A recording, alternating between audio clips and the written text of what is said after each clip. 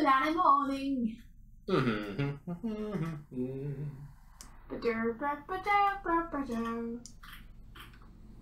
Hey guys.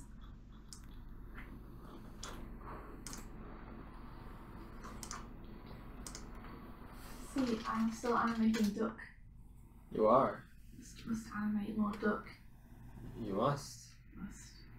I'm gonna go find a chill out thing to play.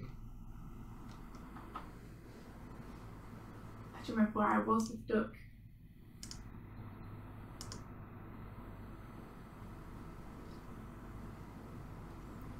Hello, Ali. I see where I was with Duck. Hello, Aline.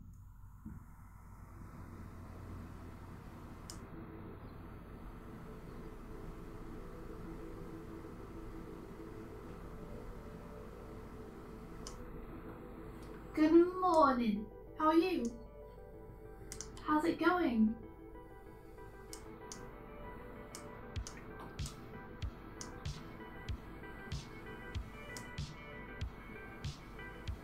How are your projects and everything?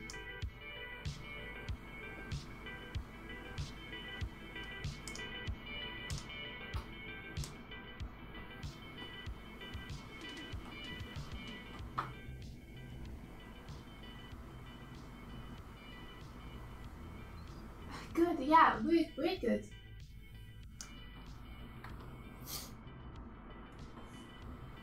Glad to be back after the holidays.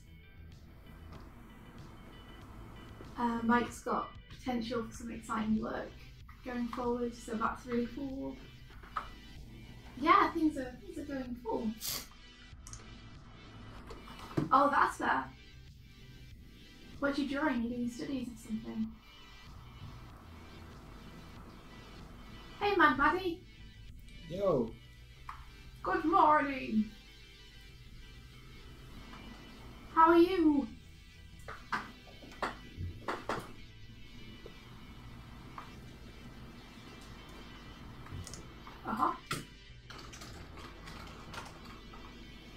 Aline has a question for you. A question?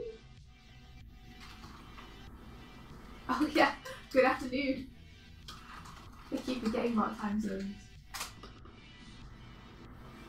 I'm glad you're good, Maddie.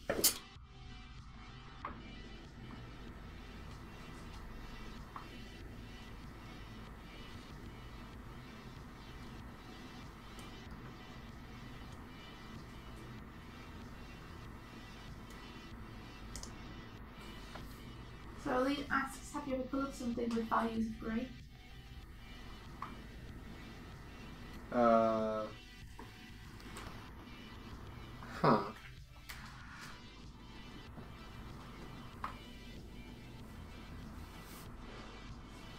Oh yeah, that's fine.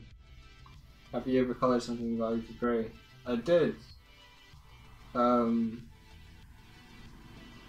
Actually, one of the first things I colored was Second Coming. I did 8 pages of that way back, and they had used a mid-tone grey throughout, and that's fine. Just gives me added information that I don't need to worry about, or not worry. Like I can jump in and use that.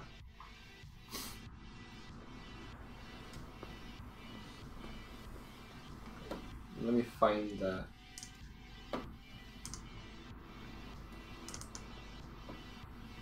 I'm saying, or do you feel like it's not enough freedom for you to really do your best work?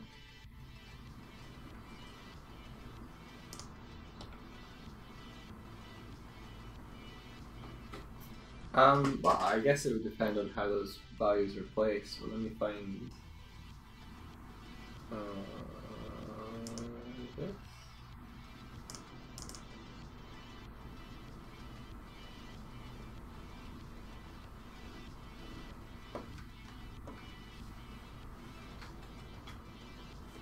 So if I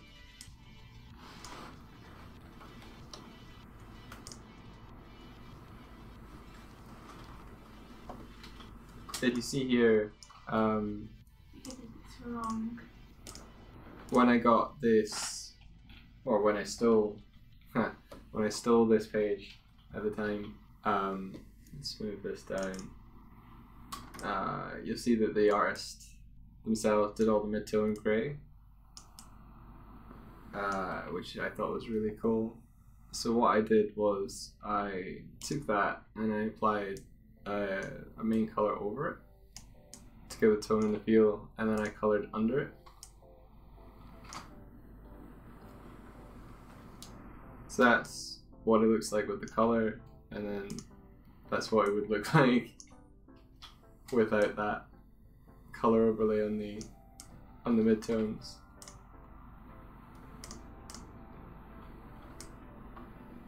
I also heavily altered the color of the line art as well as an experiment.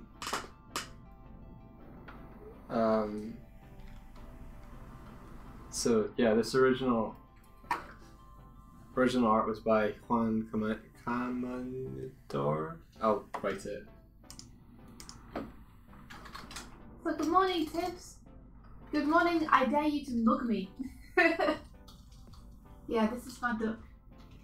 He's gonna be dead soon. Good morning, Chernobyl survivor. Yay. And then I'll show you a thing I was coloring yesterday. How's everyone feeling today?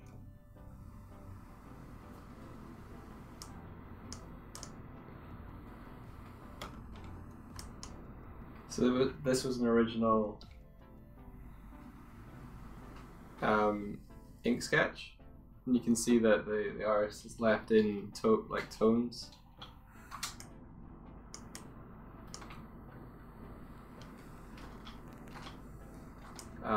And the line work is slightly looser. It looks like it's been used with a brush pen or something like that, which I think is really cool. But if I take this away, this was the colors that I laid underneath. Sorry, this one. And then with the line art, I gave it a red overhue, which gave me the red of the bodice. So you'll notice I don't actually use a red there, because all of the white, because she's wearing a shiny armor thing, all of the white would be specular highlights and stuff. So by making the ink red, gave that red tone to the thing she's wearing. And then I was just messing around with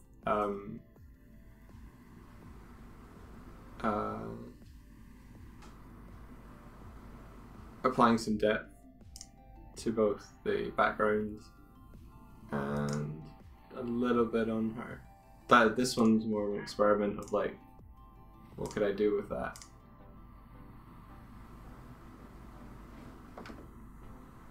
Yeah, I love that Wonder Woman piece especially. Thanks. Also, yeah, shoot, my buddy. Feel free. Ask us whatever you want. Whatever you want.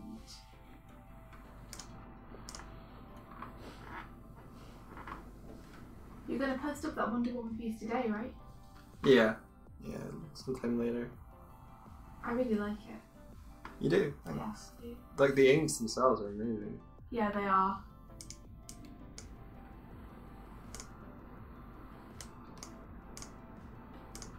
I always thought that it was quite limiting though to work with tones first. I remember you doing it when you were doing the paint and drama course, and I always thought it looked really difficult to work just in tone. Oh, the binary stuff. Mm-hmm. Yeah, it's pretty tricksy. Okay, so Mad Maddie asks, are you guys making a living off animation, or you have day jobs as well as this stream? Yeah, we live in a box. All we have is our computer. No, we make a living off animation. That kind of is my day job, more or less. I used to work at Boulder, but I left Boulder. They animated on Danger Mouse and Wonder Over Yonder and things. Littlest Pet Shop. think they did a little bit of equestrian girls as well. But I left there last year, and since then I've been freelancing. So now I earn my keep by freelancing in animation. So I do storyboards and animations for people who contact me with work. And I do this in my free time. Hanging out with you guys is an awesome way to wake up. It also means I'm out of bed and at the computer by 9 o'clock in the morning. Which is a good way to make sure I'm staying productive. Yeah. Like, you do similar things, but not exactly the same, right? Yeah, I'm mainly making money as a comics colorist now. So I have a freelance gig for that on at the moment, and I color that during the day. Yeah! Yeah, that's pretty much it, right? It is cool though. It's super cool. It's really fun. Like, animation may be a very difficult thing to do, and it may be super mentally taxing, but it's also one of the most fun things to do. Some of the freelance jobs I had in 2017 were the most fun I've had animating something. So I'm really, really happy to be doing it full time. But yeah, that takes up as much time as a regular day job would and more though. Yeah. So it's definitely not easy to freelance. It will take as much time as you can sink into it, and then some. We basically work from 9 till 8 o'clock every day at the minute. And that's a new thing that we started doing. We normally wouldn't quit at 8, we'd just keep going through to 12 or 1. But we're trying to manage our time better and work smarter rather than harder. Yeah. So we're trying to knock off at 8 o'clock so we have time to actually spend together doing something other than working. Because last year was very much kind of just work 24 hours a day, get off work till you sleep. Which is great because I enjoy the work, but we didn't have time to do stuff like cook together or go out to hang out with friends or go to the cinema or do anything other than work. Yeah, because we were trying to fit all the projects outside of work as well, like because you're working full time as well. But hopefully not this year. Hopefully we'll master the art of scheduling this year. We'll let you know if we manage it. Yeah, having a day job is super hard. I remember before I got into animation properly, I was working at Sega Hardlight as kind of concept artist and UI designer. And I would wake up at 5 o'clock in the morning every morning and work for 2 hours before I had to set off for work. And that was how I got my showreel done to break into animation. And I would work when I got back from work too. And it was really, really taxing. I would be falling asleep at work. And I would feel awful about it because I actually really loved that job a lot. And I wanted to do a good job. And it was frustrating not feeling like I was giving it my all. But I was getting like barely any sleep. And even when you're not doing that and crunching on projects outside of work, it's just really draining to go somewhere and have to be social and be on all day.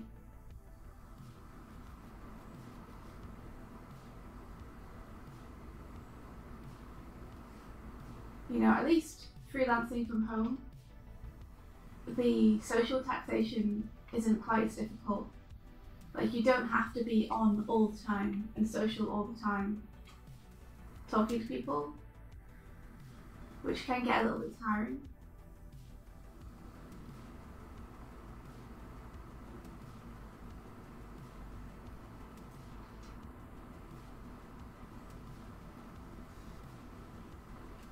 Yeah, mornings aren't for everyone, Tips. I'm definitely a morning person. But that's just me. I don't expect everyone to be able to hit it in the morning. Some people are night owls and just prefer working at night and they get better work done.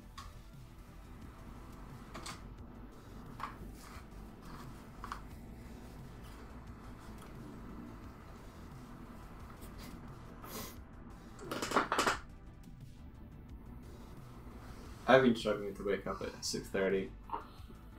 I usually like to have an extra 15 minutes.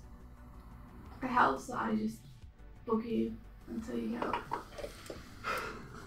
My Maddie bought a watch that shocks her for an alarm to get up earlier. Oh my gosh! That's hardcore! I need one of those. I'm gonna look that up and find out how you get those, that's pretty cool.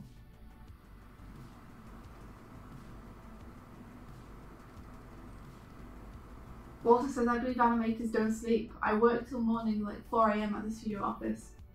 Yeah, especially on crunch time in studios, you are kind of expected to just be there until the work is done, and that can be like way past Cool. way past cool. It's definitely true. Like, it's just part of the job though, and like I said, it's hard to hate stuff like that too much when you really enjoy the work. It just can be a little bit taxing on the rest of your life, I think. Yeah.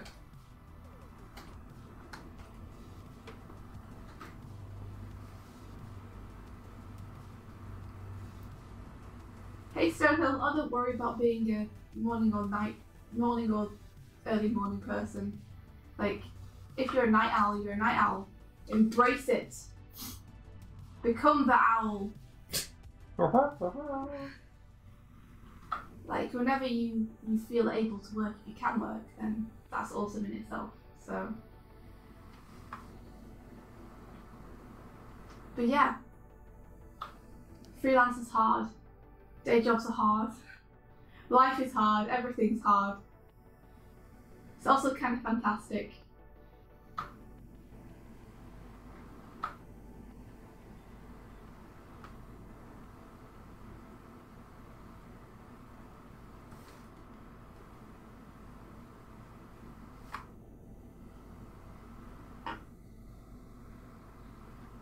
Yeah, so June Kim, incredible Mac animator, says the most important part of his schedule is getting 7 hours sleep every night. Yeah, you see, that's what I mean. There's a healthy way to do it. There is a healthy way. That's what me and Mike are in pursuit of right now. The healthy way. Yeah, we know we can do this in a way which doesn't kill us. So we're trying to knock off at 8 every night, so we can kind of get some sleep. Because I still want to get up at 5 or 5:30 every morning to do some work before the stream. In which case I probably shouldn't be going to bed at like 12 o'clock. Mm-hmm.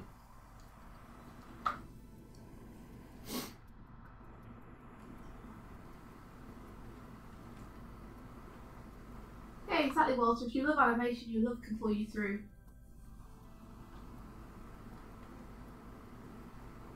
Just gotta make sure you're taking care of yourself as well.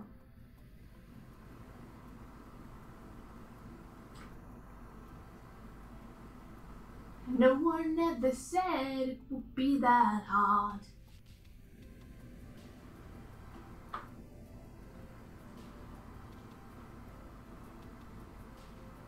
Yeah, to watch a finished sequence and say, I made that, makes it all worth it. When you do something you're proud of, there's like no feeling like it. I love that feeling of kind of leveling up, feeling like you've reached the next skill level. Like you've unlocked something in yourself.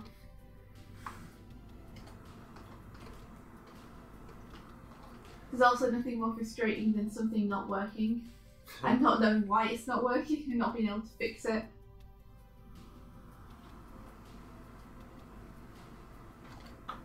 It's a puzzle. It is. I hate that. I hate it. When you're like, this should work. I'm looking at all the pieces and this should work. Why is it not working?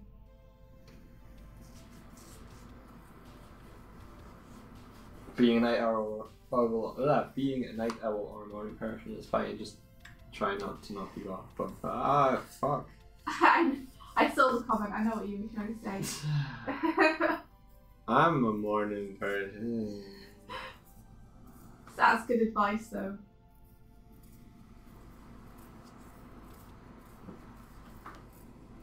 Try to get sleep at one point during the day or night, and make that sleep long and deep if possible.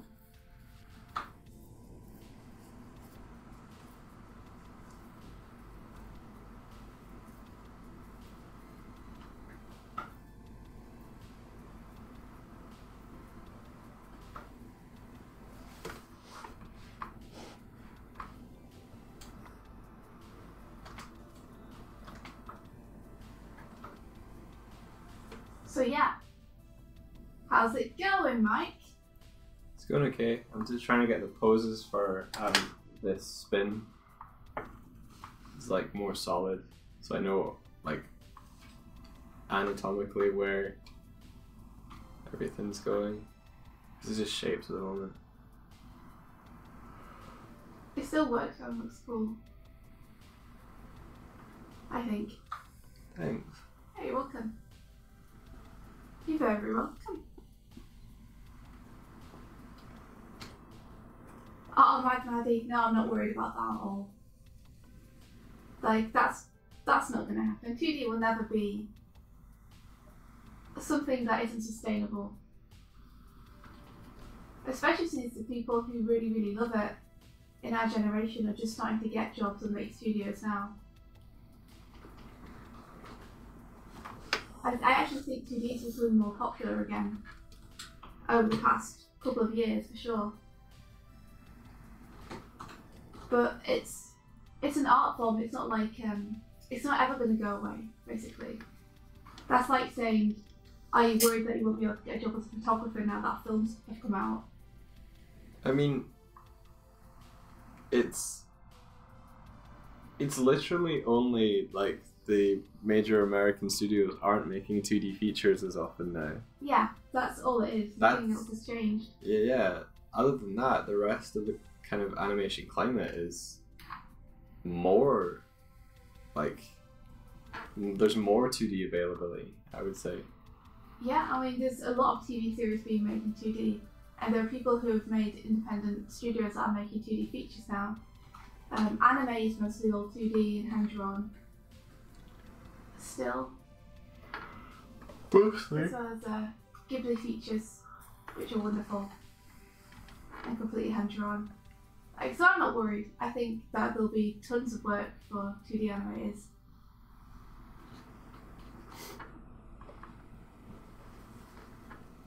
So yeah, don't worry about that. Just do what you like. Do what you enjoy. And jobs will happen. Essentially. Yeah. Like, one thing that I think people make the mistake of is they go chasing after the jobs. And they do so by changing what it is they do to make it something that's more likely to land at that job. The best way to do it, I think, is just to do what you enjoy most. And people will see that and make the jobs for you. I don't know if I'm explaining that right. I think I get it.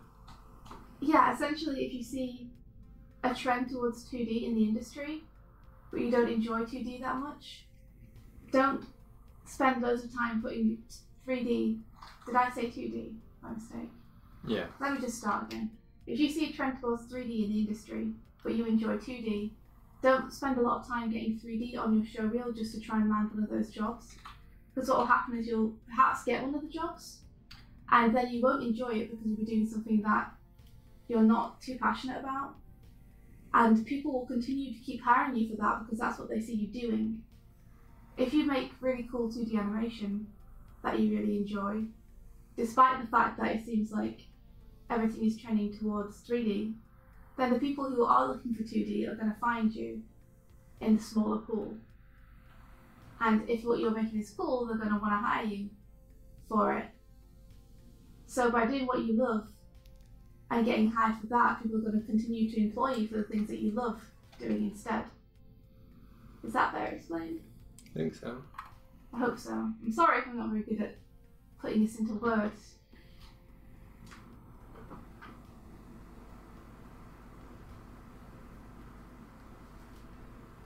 Yeah, I definitely think the future of the art form is bright. I think it's getting brighter and brighter actually, especially with the amount of independent studios that are coming out specialising in 2D.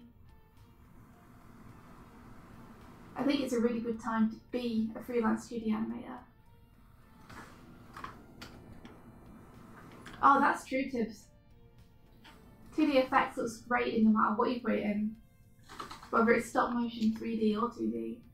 Also consider that like a lot of storyboard jobs, that's all 2D, and you can storyboard on like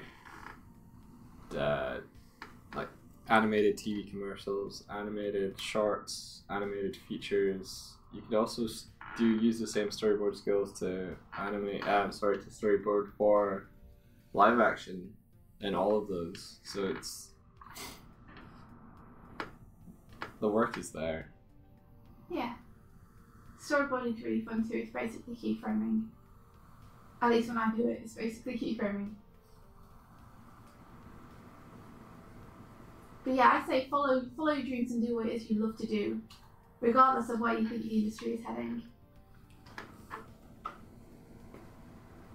People spend far too much time trying to catch up with the industry rather than becoming the next thing the industry is.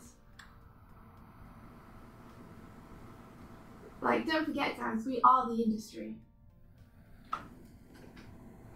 Like, we are the future of the industry. If we just continue the trend of 3D, then we're going to continue the trend of 3D.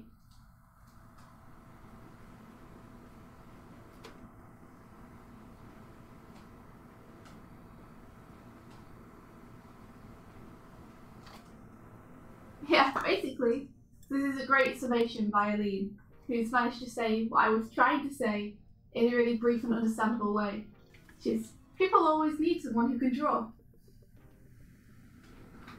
It's true.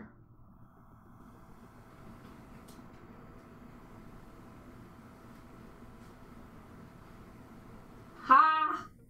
Aline. No. But in a manner of speaking, yes. Like, I guess we all are in a manner of speaking. Like, we are the consumers and we are the workers that are going to be in the future studios or doing animation in the future. Yeah. And so the direction it goes in, it's really just up to what we want to do. So just make it something that you enjoy. Make it something that you're passionate about. Whatever that may be, whether it's 3D or 2D or puppetry.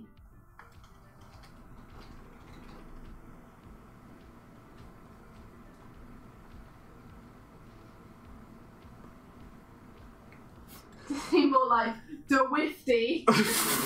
Yeah, that's our brand. Doig. Get Doig. Get Wifty with it. Doig towards our studio.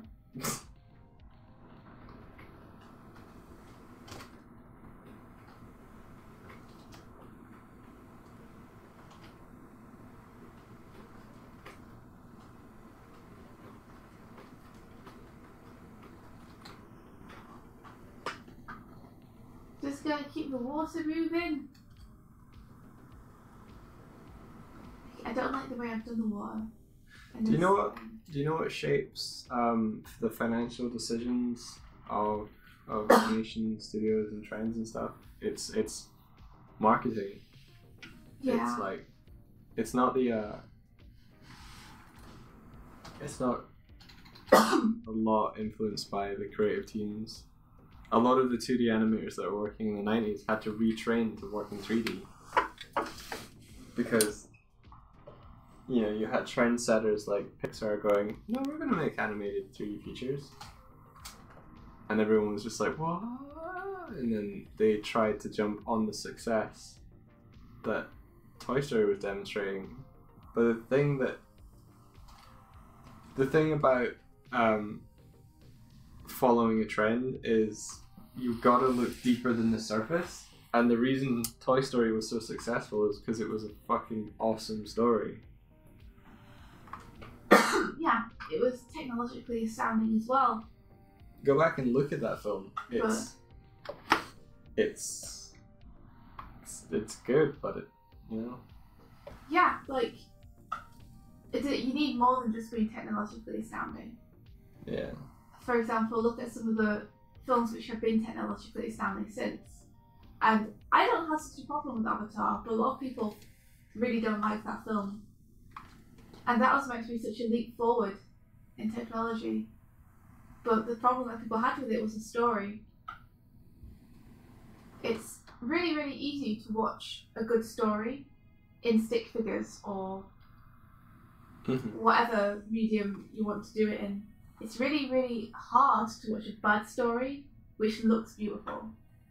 Because the story is the most important thing. As long as you're telling a good story, people will be engaged no matter how you do it.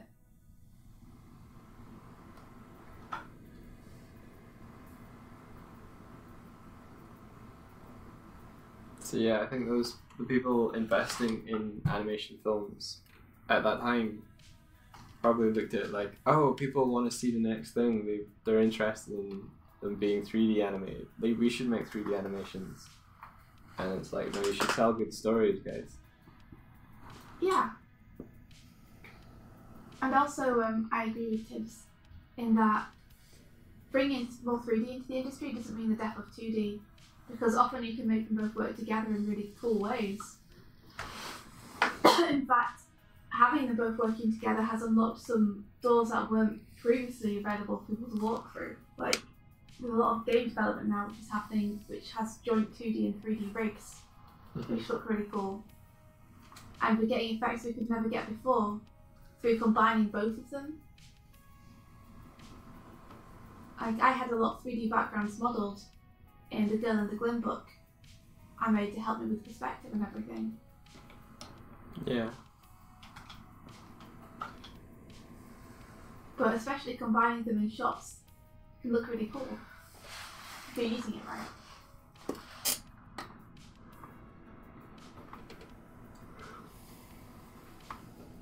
I dream of a day when 2D and CGI can coexist peacefully.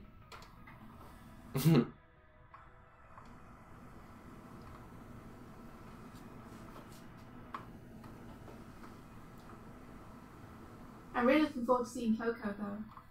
Yeah? Yeah. To anyone who is outside of UK or Ireland, Coco hasn't released here yet. We're still waiting on it. But I'm really looking forward to seeing it. I've heard good things.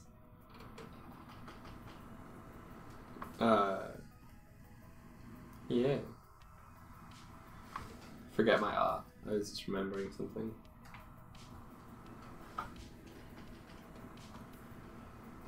Yeah, Mad Maddie, I also don't enjoy a lot of 3D anime.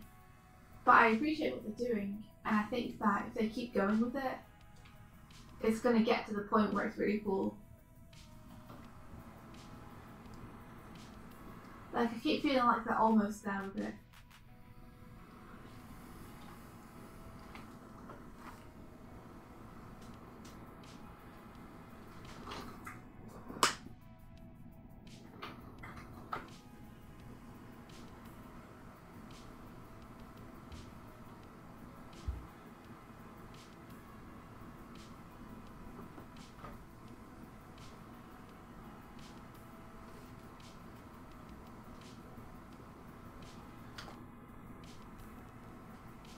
Oh yeah, Treasure Planet was cool.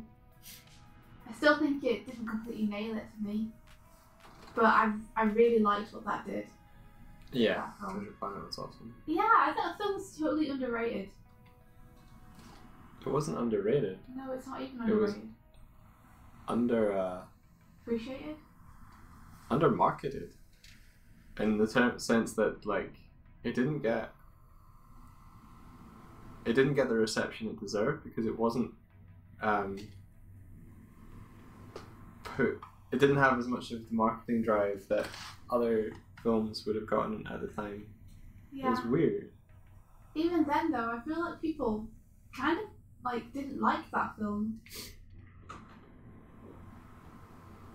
Like, I heard a lot of people not liking it, and then I was confused when I watched it because I was like, "This is awesome. This is really cool. There are some really cool things about this film that I really like." I mean, to mention Dr. Doppler as being perhaps one of the greatest animated characters ever. Yep. In terms of his animation and his acting, which is I think it's Sergio Pablo who animated him. It's like just masterful animation. Disney didn't like it because it was their most expensive film at the time. Oh, really? Huh. I didn't know that. You'd think they'd like it for that, you know? You think they'd be like, wow, well, we've spent this much money on it, we should probably make sure it does well to recoup that cost.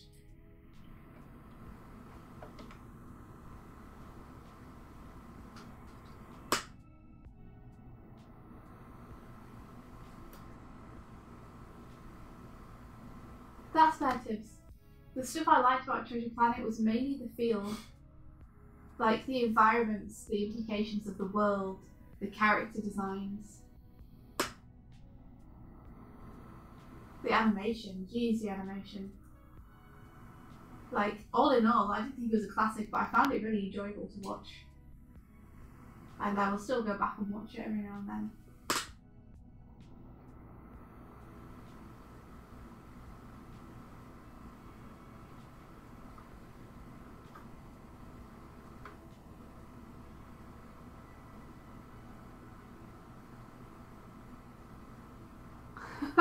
It sounds like there was a lot of kind of internal tension going on.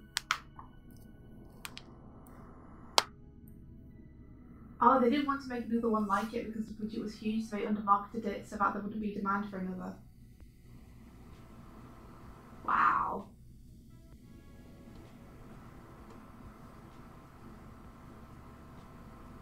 You know what other movie I think is underappreciated in Disney? Basil the Great Mouse Detective. It's a great movie. Basil's great. That's so good.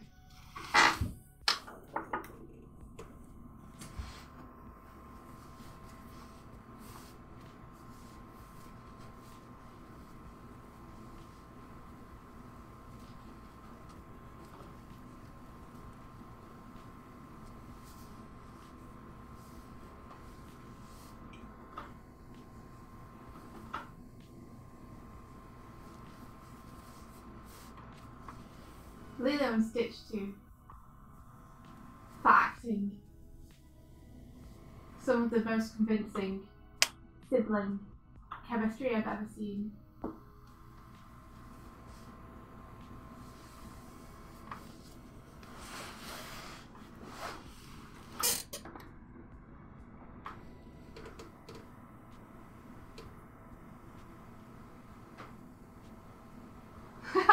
Oh no, thanks a lot. That's cool of you. Oh, bless me.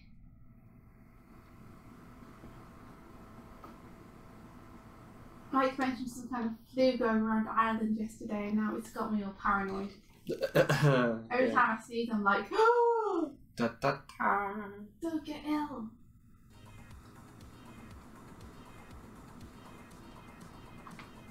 You probably could have cut the whole alien thing about Lilo and Stitch. I did love Stitch though, but I wasn't all too invested in the aliens coming back to get him. I was kind of more invested in whether the sisters were going to be okay together.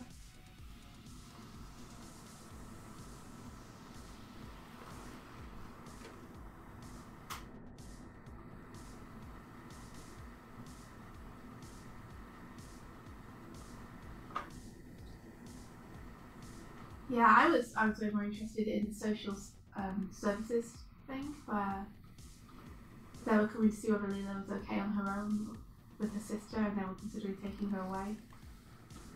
Like, I was super invested in that.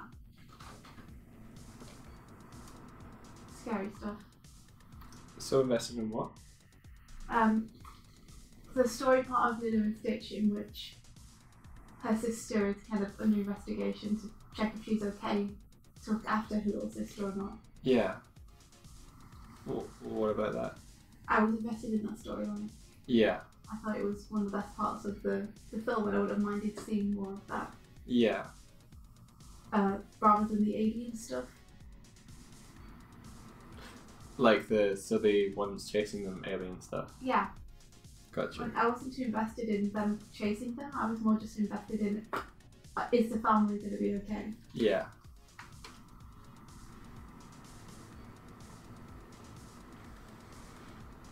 Was Sanders involved in the Croods film? Was who involved in the cruise? Chris Sanders. Maybe.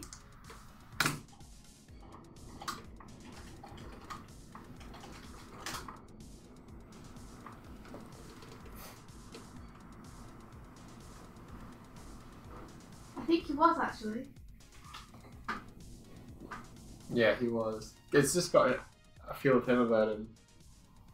The film had a feel of Chris Sanders, and he totally was. Yeah. He's one of the co-directors.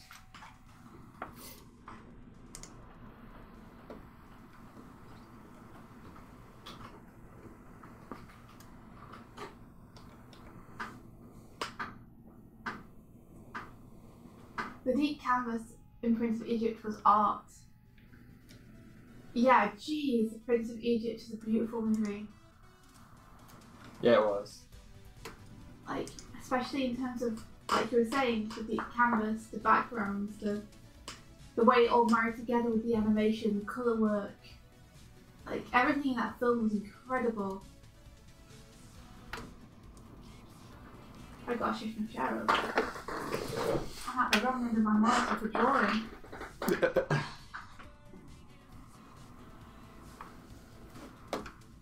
Gonna go find a more driving, but less. Oh wow! Seriously, you should see Prince of Egypt.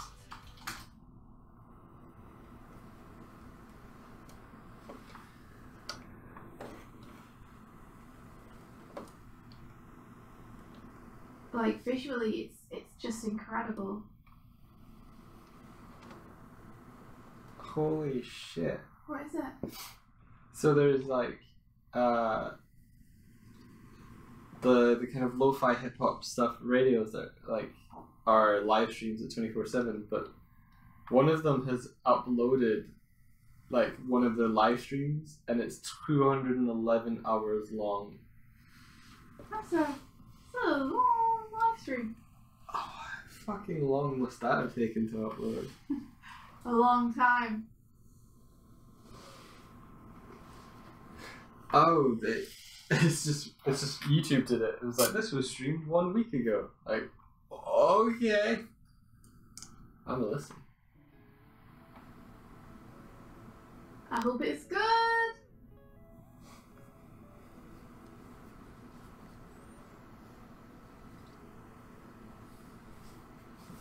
Yeah, Prince of Egypt is amazing.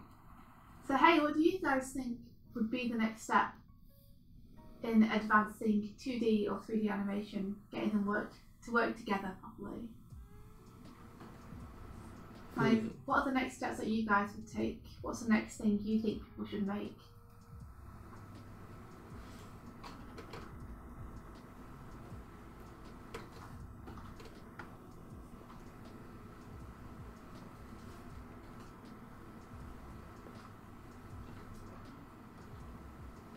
Go get them water cubes going.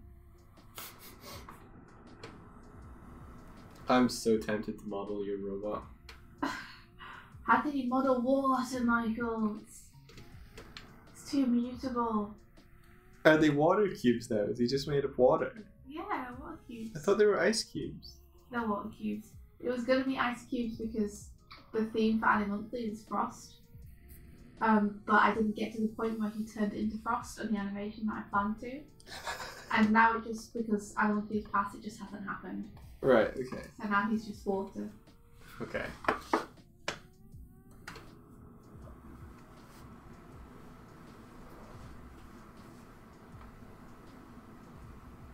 I lean like the direction Paperman and Klaus are taking. Solidity of 3D, but 2D rendering feel. Yeah, that's pretty great. Solidity of 3D. It's difficult to get that in drawings though as well, unless you have someone who's amazing at draftsmanship. And then they probably can't make the entire thing themselves. You'll need to hire on assistants, and whether they can match your draftsmanship or not. Tibbs is very much on a pursuit to bring back deep canvas technology. There's a great Disney research paper called Overcoat that expands on it, but nothing currently out there for it. Yeah, Anthony, if only deep canvas was released to the public. Yeah, I agree completely. If they made that technology open source, I'm sure that the community of animators and animation enthusiasts would be able to do way more with the technology in the time. Because they'd be able to try tons of different stuff with it.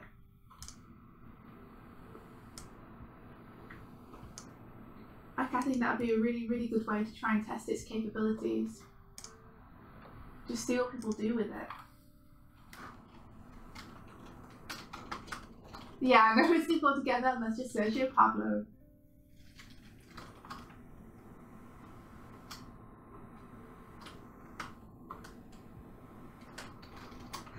No, that would involve me doing a salty garnish. And that's not something I'm gonna do. Let's say it used to be ice before it was water. Then I'm basically animating ice, right? Say what now? No, I'm suggesting that it was salt water with a salty garnish on the outside. I see. Salty frosting. I got you. I'm thinking maybe I'll just say it used to be ice. Yeah. And now it's water. It used to just be an ice robot until Duck got his hands on it. Yeah, he walked it out of the freezer and it melted and he was like, nope, I'm eating it anyway. I'm a duck.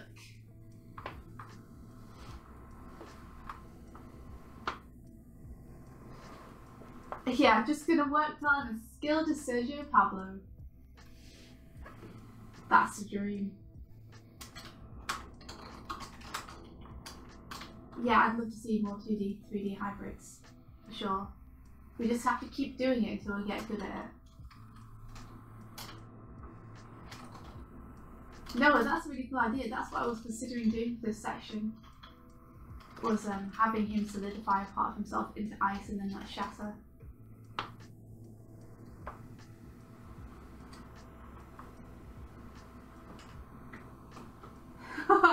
Oh no, that's beautiful. Ducks sound like can warm even the coldest of hearts.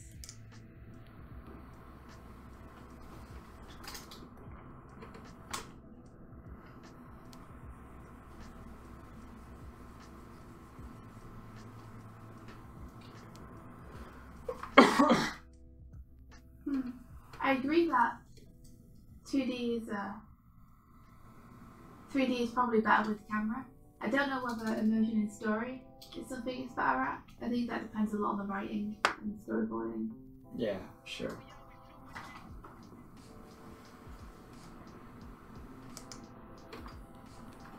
The duck sound can warm even the coldest of hearts. With his fiery rage. Yeah, that's very true. That's more like it. Get that fiery rage on! Never upset a duck. He's gonna do some boogieing in the background. Boogie. I can boogie.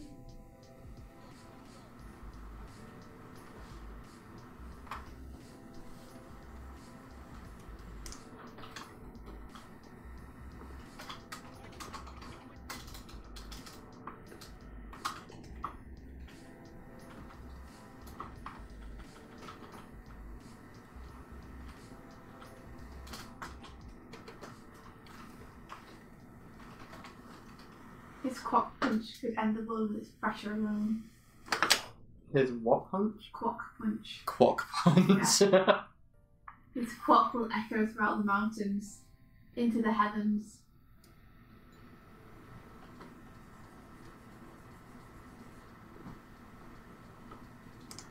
Mighty quack.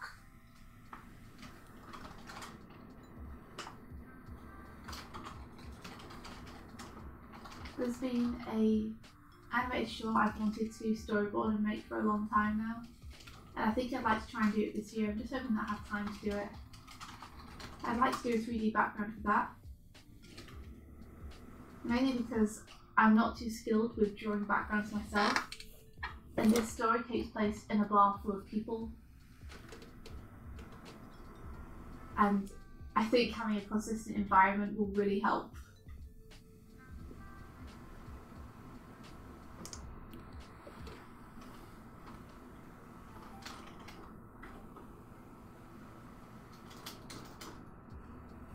So what's your robot's name? Does it have a signature? Duck. His name is Duck. Yeah. Okay. I'm confused as to why you're asking. I'm sorry. I thought it would be obvious.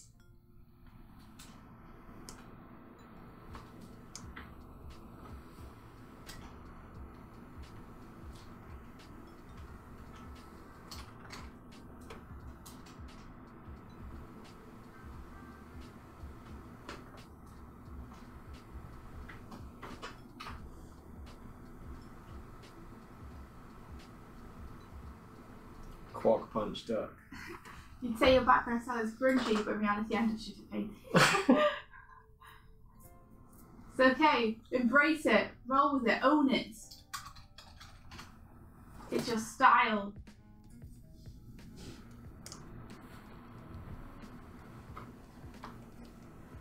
Like, the problem is that I can't pull off backgrounds. You know, because sometimes you can do something that didn't take you very long, but isn't particularly good.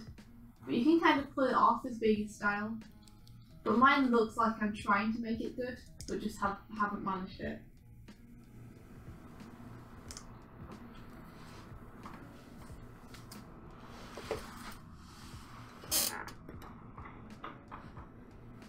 I put out a tweet about the stream, and I wrote, "We're eating animation for breakfast, and you can too. We can reach the hearts of animators throughout the Anosphere together." It's beautiful. Thank you. It's poetry. It's goddamn haiku. Can you then type like power of hearts unite? I could, but I tweeted it. Oh no! Power of hearts unite! You could reply. It's too late. It's not too late. It's never too late. It's too late. It's never too late. I've never shown his feet. I don't even know what his feet look like. I'm not going to show his feet. I'm just going to keep his legs going off the bottom. That's the way to do it. You mean the robot's feet? Yeah. Doesn't he just have like... Maybe he's just standing in more water. He's got puddles for feet. He's got ducks for feet. Oh man, ducks for feet would be awesome. They'd just be like... Their eyes would be the ankles. It's ducks all the way down, man.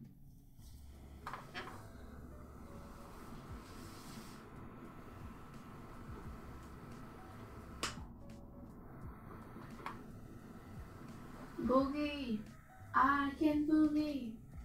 Do do do do do do.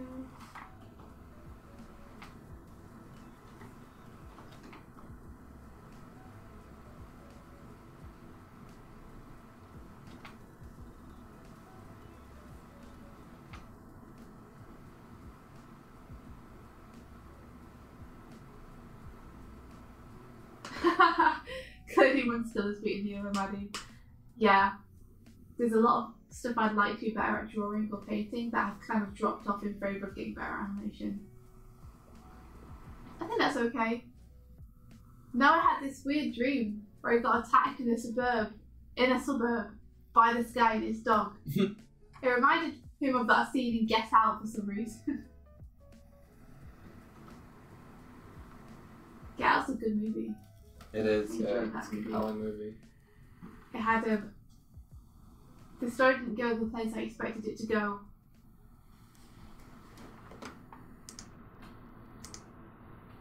Which I enjoyed. And somehow he calmed the dog into not attacking him, and that's where his memory ends of that dream. Hello, Pebble Animations. This channel is about me and Mike basically goofing around and making cool stuff.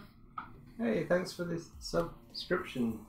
Radocalinigessosi? Michael, for goodness sake. What? Radocalini jealousy. Oh wait, I said it wrong too. Yeah, damn, I was gonna own it and just be like, yeah, Mike, gosh. But Radocalinigessosi. Just to say. Radocalini jealousy. There you are, we did it. First time. Nailed it. Pebble Animations. This channel is about making art and animations. I make lots of animations. Mike is also making animations today. Mike does a lot of colouring and digital painting, and I do a lot of animating, and sometimes we make tutorial videos, and sometimes we play games, and we do morning streams, and basically just two goofs, just goofing, doing the things they goof about. Just goofing. Hashtag always be goofing. Always be goofing. What's your channel about, Pebble Animations? I'm gonna guess it has something to do with animation.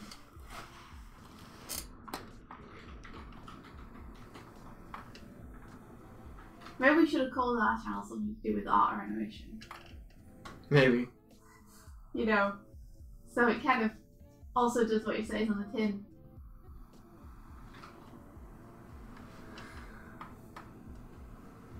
Making the duck is a whole other thing. Also, we're creating duck lore. How did we know? The clue is in the title. Let me check you out. Oh, I'm just gonna finish this robot arm. Gotta have his arm. Or how's he gonna dance? If you can't dance, then what even is the point in anything? Maybe that wasn't why you were going with that, but that's where I took it. Good. Let me see. Let me find you, Pebble Animations. Boogie. I can boogie.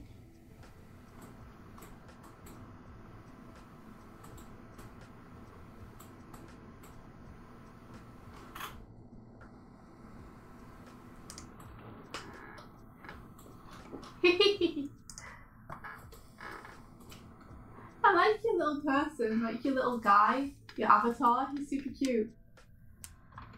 Oh, he's cool. Yeah.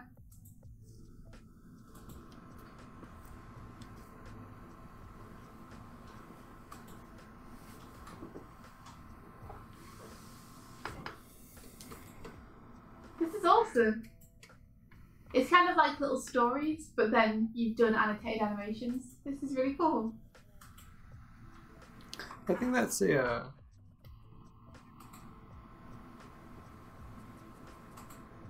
a format that's like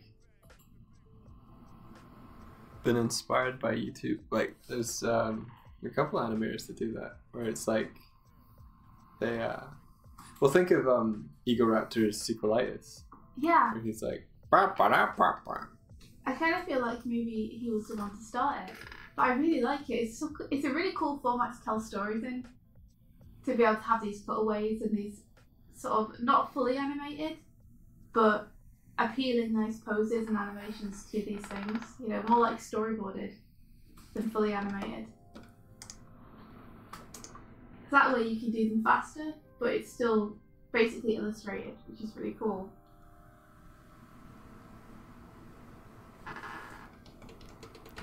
Riovash, welcome. How's it going?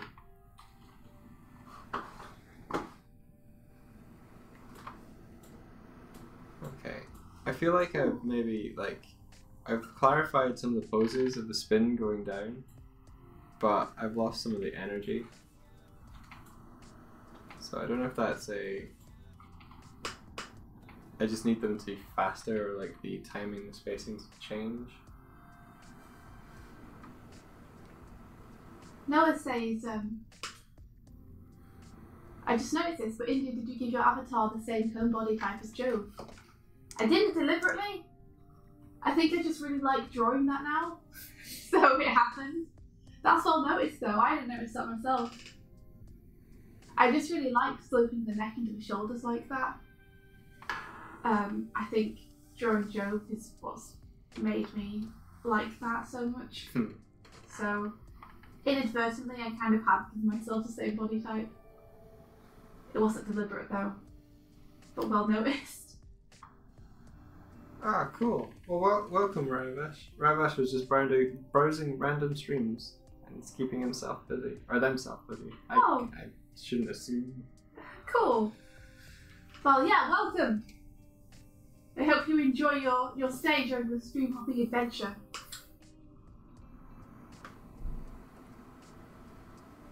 Storyteller animations. Oh, that's a good name for them. That makes sense. What programs do we use? Mainly we use Photoshop for paintings and colouring and concept art and stuff like that. I'm using Photoshop for animation today, so is Mike. Though I don't usually animate in Photoshop. Usually I animate in either Toon Boom Harmony or Krita. Krita is free. Anyone can download it and it's super, super good. So I definitely recommend it. Toon Boom is also really good, but it's something that you have to pay for per month. But it's what a lot of studios use. Yeah. What other programs do you use, Mike? Because you use quite a few. I pretty much use Photoshop for digital painting, as you said. Blender 3D for 3D stuff.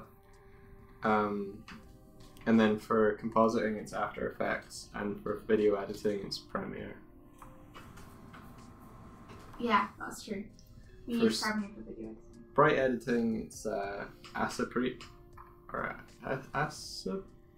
I don't know how to pronounce it, but ASEPRITE. And for music stuff, it's Reaper.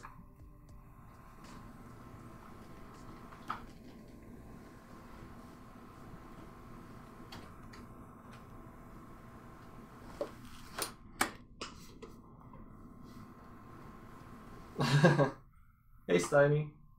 Oh, we're getting a Noah Steiny swap. See you, Noah. Thanks for popping in. How are you feeling, Steiny, by the way?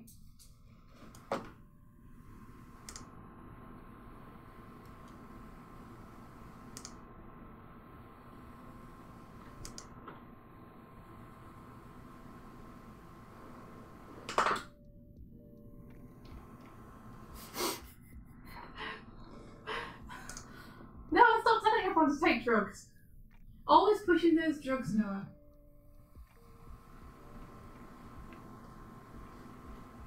The only drugs animators need is coffee. You mean caffeine? Yes. Coffee's not a drug. That's I would like my drug of choice, please. Coffee. That's what I meant. Put Alright. Put some milk in it. Milk, the best drug.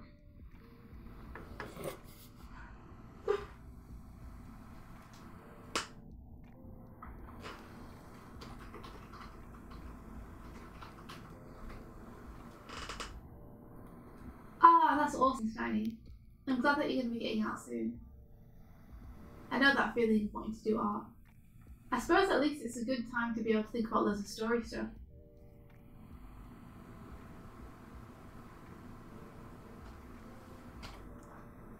What do you spend your time doing? I often actually wonder about people in hospitals when they're being kept in for a couple of days. How exactly they amuse themselves and just keep from being too bored. Do you have books or anything?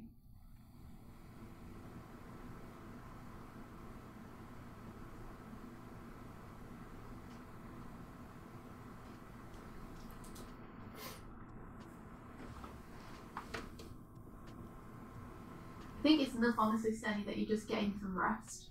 Finally. It sounds like it had been a while since you'd got some good rest.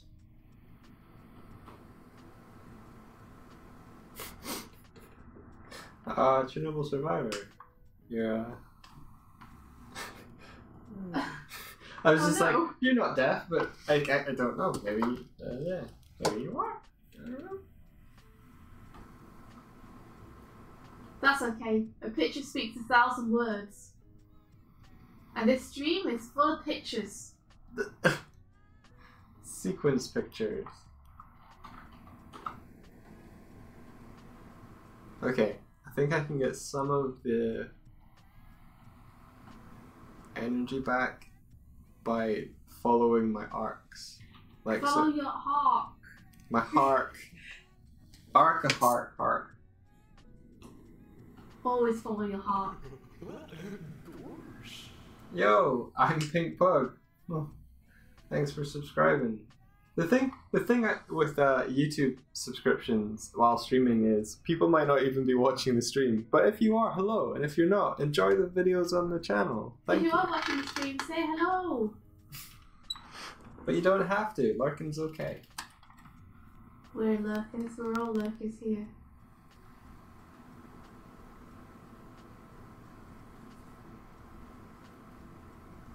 You're right. Having the latest following thing means that I don't have to like quickly go and rush to find the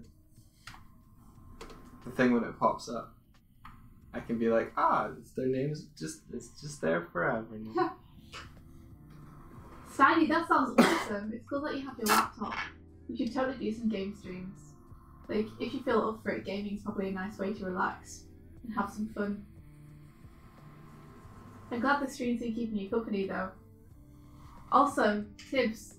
Bambi all day, every day is a good way to hospital. Bambi? Yeah. I remember when we first moved into this apartment and we didn't have internet and the only thing, and all of our stuff hadn't arrived yet. Oh yeah. So the only thing we had was Basil the Great Mouse Detective on DVD. Yeah, because it was still in my laptop. So we literally just put that on like 5 times in a row. Yeah. Like while we were doing other stuff. I think we sat down and watched it. And then we were like, do you want to watch it again? So we watched it again. And then we were like, let's do some cleaning. And just put it on again while we're cleaning. It's the only media we had access to. So I've seen Basil like 20 times now. Yeah.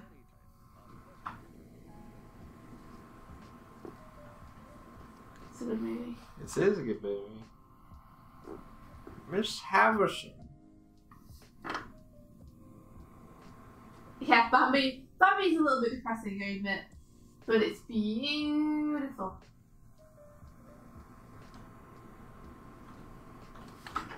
If you could have one DVD to watch for the rest of your life, guys, what would it be? Oh shit, son. Mm-hmm.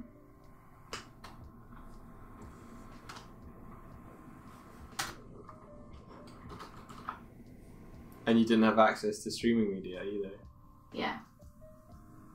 You just gotta assume that you're trapped somewhere with no internet and you don't know when you're getting out of that place, and you have a laptop with one DVD still inside it, and what's that DVD? See you, Tibbs! Bye, Tibbs. Have a good day at work!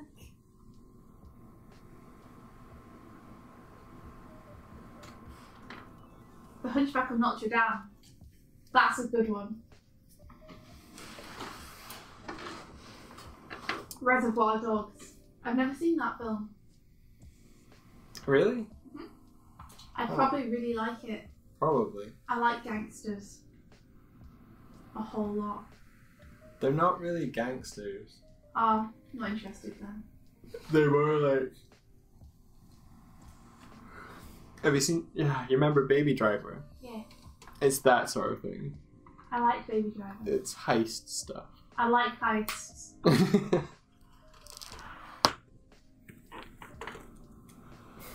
Gotta be 500 days of summer. Bye! Bye! Chernobyl Survivor, we go with Wall-E for the rest. Oh, nice. Yes. That's a really good film.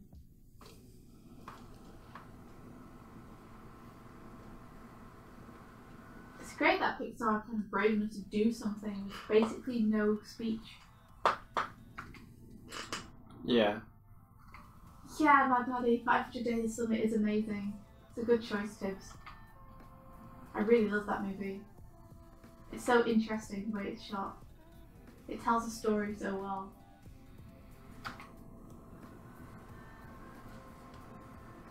Munchausen. At some point we'll watch it, Steiny, I promise. I just need to remember that is something that we need to watch.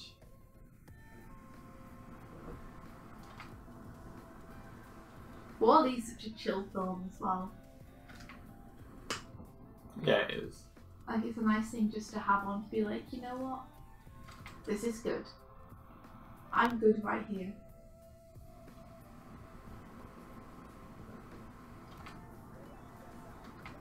If you could watch one thing, you'd probably watch nothing. Eileen, that's not a valid answer. Unless something is a film.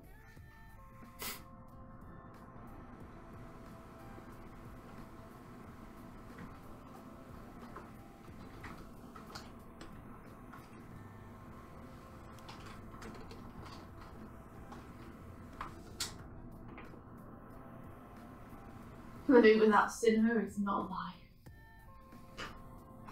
I haven't been to cinema in such a long time. That's true. The last thing we went to see was Lou Over the Wall. Oh yeah, that's true. That was actually fairly recent. So that was just before Christmas, I think. Yeah. I like the cinema. At the same time, I don't like the cinema. Like, I love watching films on the big screen. I hate the fact that cinemas always feel the need to put really aggressive air conditioning on. So for some reason, it's always freezing. It's because it's a room full of people. Yeah, but I end up having to wear my coat throughout the entire thing. And that's not why I go to the cinema. Like, I want the cinema to be somewhere where I can comfortably wear my pajamas. And Right. I'm not cold. And then, of course, there's when you go to the cinema, there's obnoxious people who are on their phones or screaming kids or something. People having a conversation. A guy once actually answered his phone in the cinema and started having a conversation with the person on the other end. And the conversation wasn't, I'm at the cinema, I can't talk now. It was very much a, oh, how are things? Yeah, they're fine with me. Did you see that thing the other day? Yeah, it was great. So what you doing next week? Oh, what? Why? During the film? Yeah. What a... what? I know. I know. That's not cool. Nope. That's never cool. No.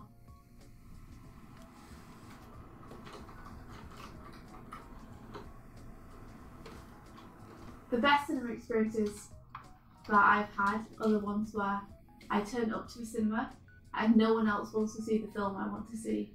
Oh, do you remember when we went to see Ballerina? Yeah, and the cinema was empty for some reason because that was a really good film. But we went to see Ballerina with my dad and we were basically the only people in the cinema. And it was great. And it was a smaller screen, I think, than the other one, so it wasn't super cold. Yeah.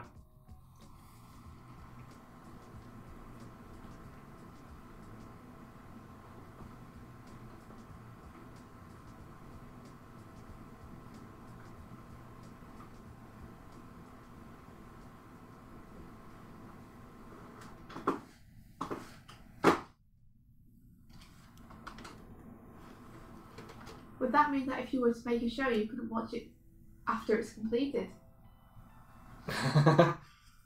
That's a good question. What do you mean? Like, you mean in a scenario in which you're Yeah. in one? Yeah. That it would mean that, yeah.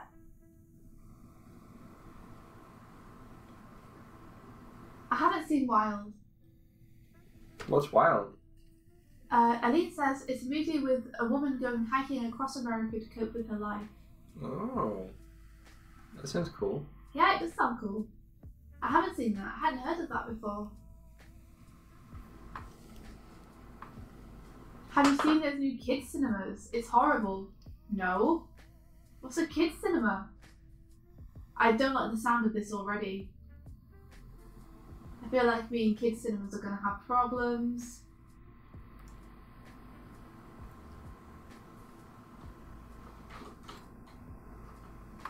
Unless, of course, they're in a soundproof glass container. Yeah, maybe then that'll be. Sony says we have a better speaker setup at our home, so the theatre has very little to offer, especially when it's super expensive. Hardik! Yay! Woo-hoo. Welcome to the stream. How are you doing? Woo-hoo. That's great, by the way, Shani, that you can watch stuff at home, and the speakers are pretty awesome.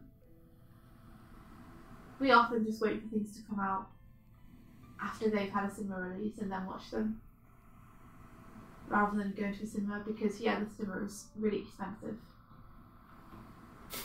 There are cinemas in Australia where the cinema has a playground inside it, and all I can think of is, cool, ADHD in a nutshell. It's a cinema where the kids don't have to watch the fucking movie. Wait, so You're like... saying the actual screen has a cinema inside... Sorry. Of course the screen has a cinema. Do you mean a cinema is inside the screen? What is this? Oh my god, it's cinemaception! No. You're saying there's a playground inside the actual room where the screen is?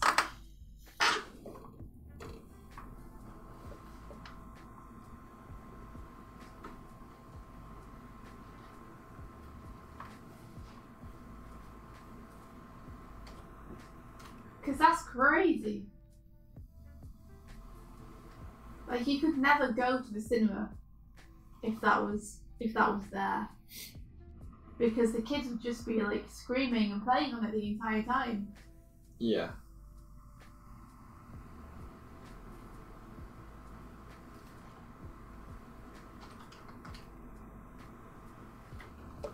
Well, we're good, Hardik. Yeah. How's everyone else doing?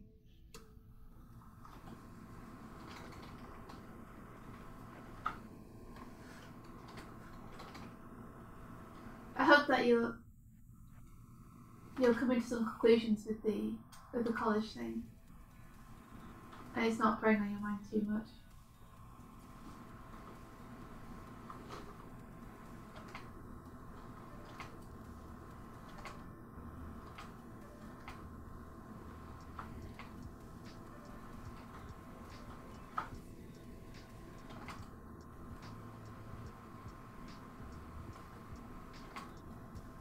Whoa, I've been to one for my younger cousin's birthday and I wanted to die. It's just kids going down the slide screaming, throwing food and not watching the movie. I was watching Finding Dory and I was like, hey cool, I'd like to see this, but I couldn't watch it because it was in a kids cinema. Oh my gosh, so it actually is. Playground is where the screen is. Like it's in the same room. Yeah. That's crazy! Who thought that was a good idea? Why do parents even pay money for their kids to... Did you enjoy the movie? What movie? That's the worst idea!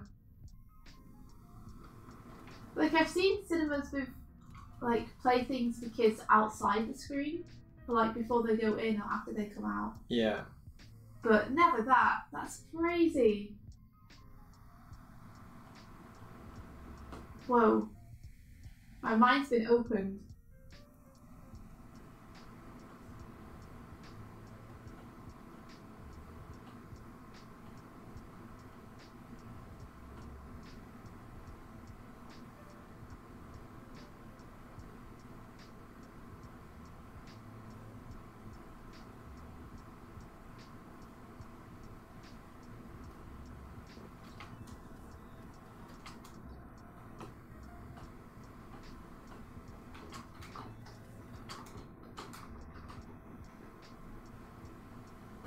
That's... I'm really glad we don't have those here. Me too. I think I need his arm to do more of an arc. His arm's really not arcing at all. I think I need to fix that. the minute it's just going from point A to point B, and that's no bueno.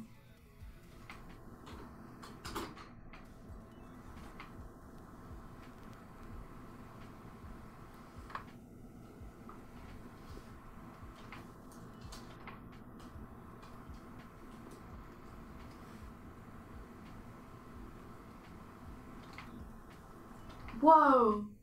Some cinemas are introducing phone-friendly screenings too. So you can go on your phone while watching the movie. That's so weird.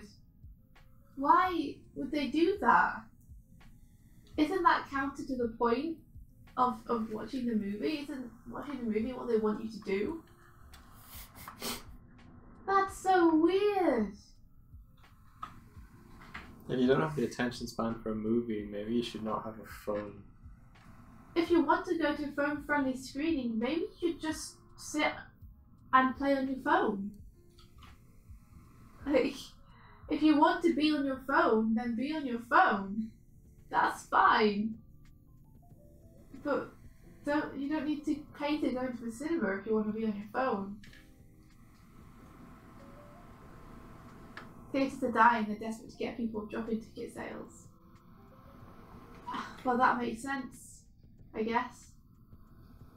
But that's not the way to do it. They're coming up with the wrong solutions here. Like, maybe cinemas should look at streaming more series instead. Like, how cool would it have been to go and see, like, a 2-day Stranger Things marathon or something?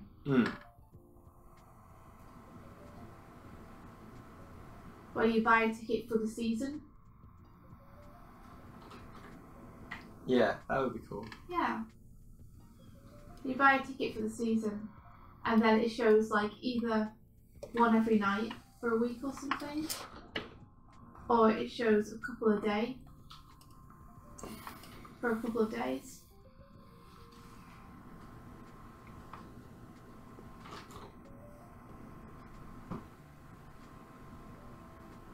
Someone should make a game that you can play in the cinema and have like 30 people involved in. This is something that you were thinking of doing. Yeah, way back. Go on, explain it. Well, I just think it's cool that you've got a lot of people seeing the same screen. So if you could come up with a multiplayer game that would allow all of those people to play at the same time, or have a drop-in, drop-out mechanic, then this was more for like before a film.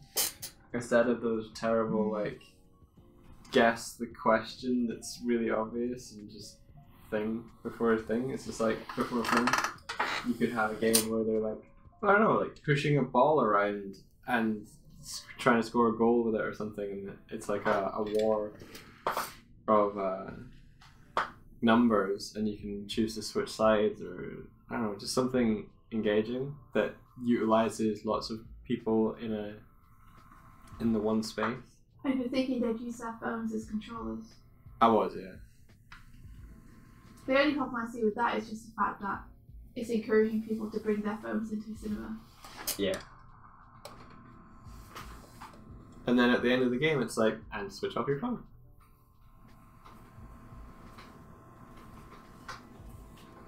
Maybe at the end of the game, like, you just short circuit out your phone. It's like, nope, bye. I've now destroyed your phone.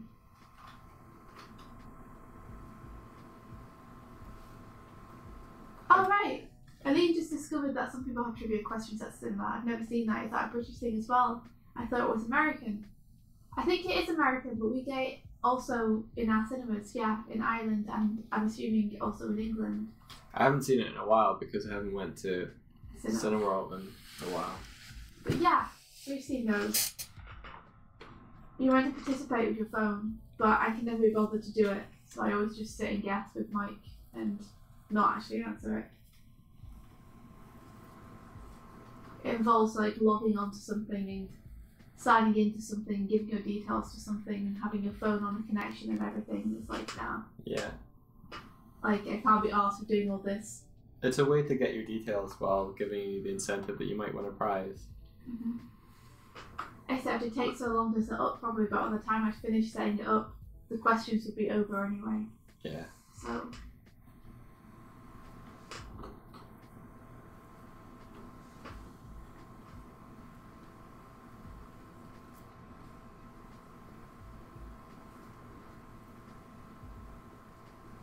There's something that happened similar to this back in the 50s. One man would come up with all kinds of gimmicks to have in the theatre.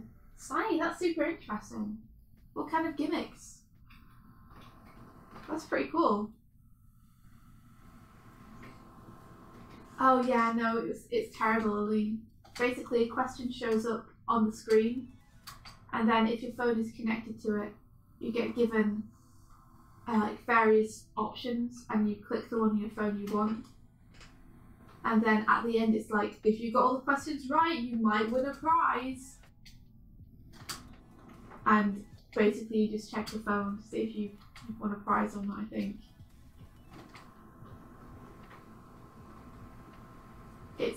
Yeah, it's not great. But everyone has to sit through the question in the waiting period. And I wonder how many people actually participate in that. Like, per cinema visit. I'm not sure. This is better. Okay. I didn't see that Netflix series, my buddy.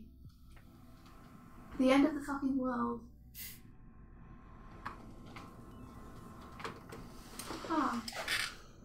I'll keep my eyes open for it.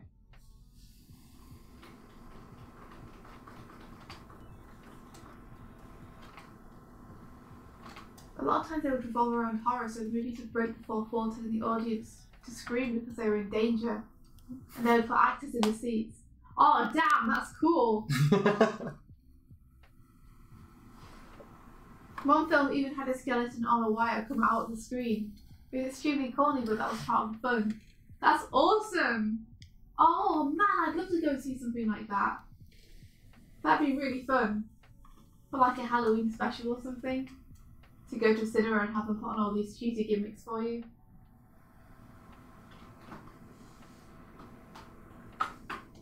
I guess I'm his target audience. I'd be like, heck yes, it's great.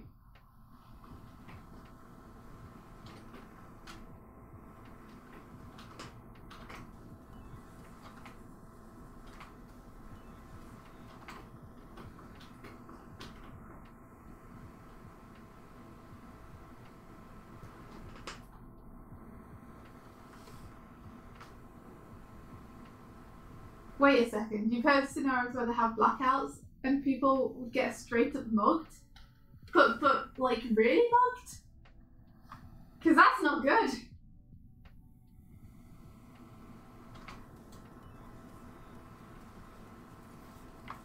It's only 3 hours long, the series. My baddie. Let's got a bit of energy back into it. Cool.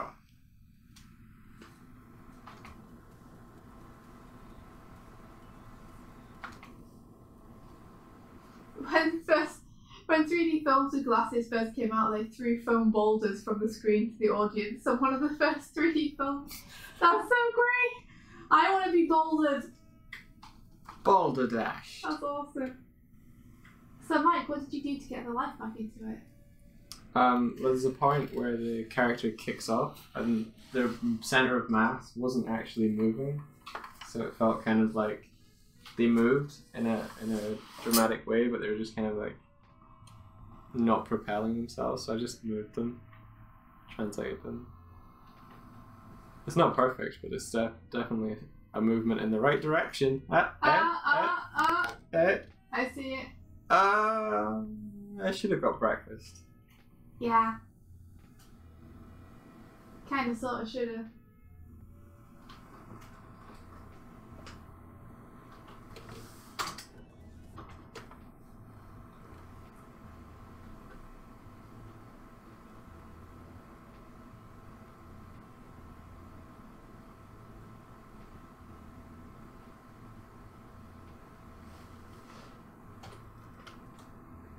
Yeah, Sally, that's awesome though that you're a film buff. Because this stuff is really interesting. I love hearing about it. It's super cool. They should totally do that, you know, make a cinema like that again. That's old-timey styled.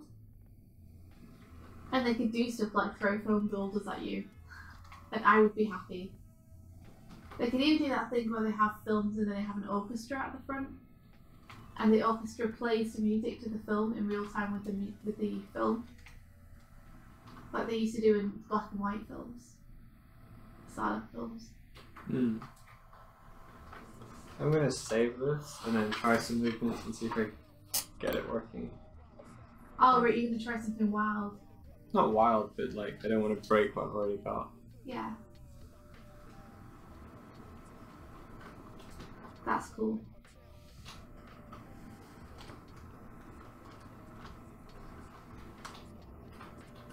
I'm not sure what I'm doing. I'm straight aheading this duck. He's gonna be dancing. I'm fairly sure of that. I don't know what the dance is. So I'm just gonna straight ahead and see how it turns out. Cool.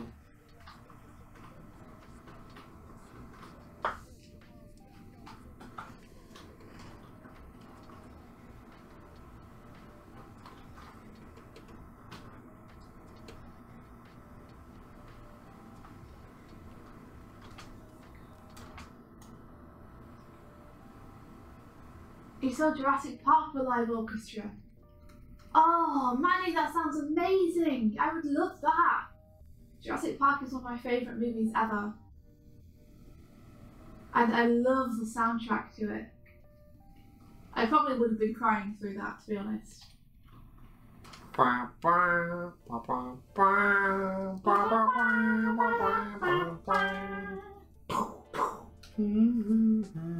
We went to see video games live, and I started crying during Sonic the Hedgehog medley. So I think if I saw Jurassic Park with some music played live, I would be weeping like a baby. Like a baby! That film is just so good.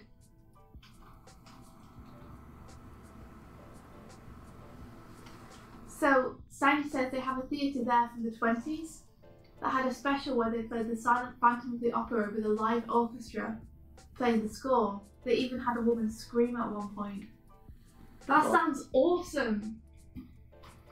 Stanley, if you ever win the lottery or anything, you should bring back old cinema. Establish one. So we can all have these amazing experiences.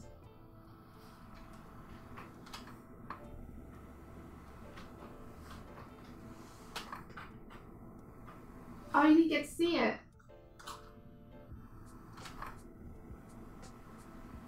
I've heard it was like the movie popped out of the screen because it took place in a similar theatre as well.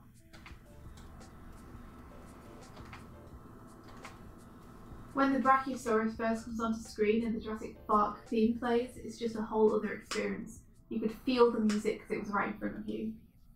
Oh, I love that you can feel it vibrating through your body. Like you're within the sound. Oh, I hope there's something like that happens again in the future, so I can go and see it.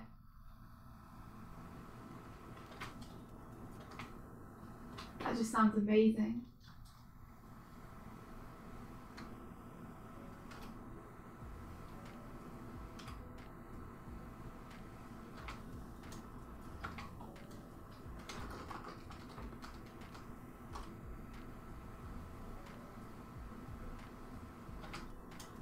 Yeah, we did go to see video games live. It was awesome. It was so good. I absolutely adored it. I love live music. Yeah, they were playing.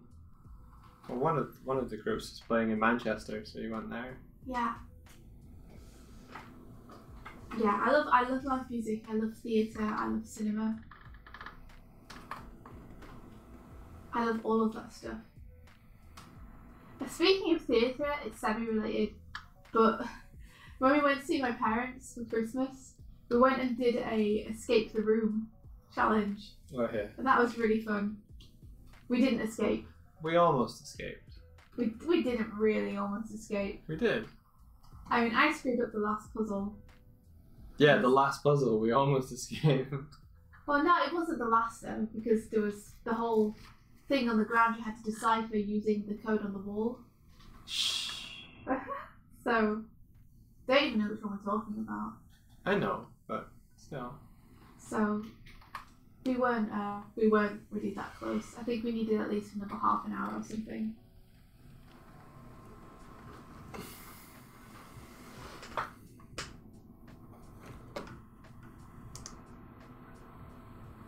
You should totally do it, Signy. I'm sure they'll have another tour soon.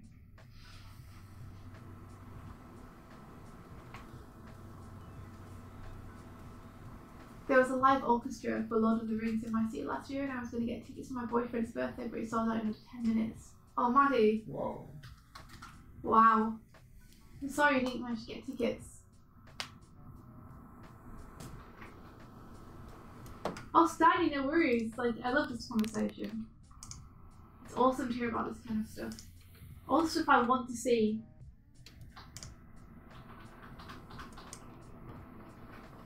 You know, I really hope that more stuff like that keeps happening. I'm sure it will. As long as there are people passionate about it.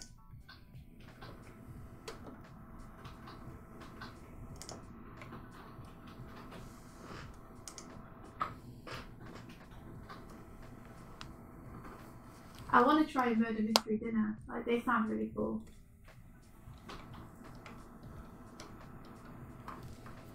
That's the thing with live music is like, because music and sound is the vibration of waves, like when you're in that space where the instruments are creating all of that together, you feel it as well as hear it. Yeah.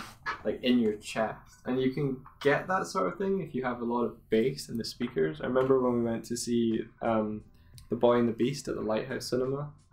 Like the fight scenes, they had this really deep bass kind of impact noise, and you felt it in your chest when the characters hit each other or blocked. That was awesome. That was amazing, yeah. That was a good one. We have a cool cinema in Dublin called the Lighthouse Cinema, and it shows way more kind of indie films or foreign films than any of the other cinemas. I think because it's independent. I think just because they're not a big chain or franchise. They're only looking after that one venue, I guess. Mm-hmm. But I think they worked in tandem with another, like the anime people that organised the anime event in Dublin, worked with them to bring films to their screening. Which is great. Yeah. Because I show a lot of anime films there. Like, there are a lot of films I've never heard of that are showing there. And normally I kind of hear of the anime films that are showing around because there are so few of them.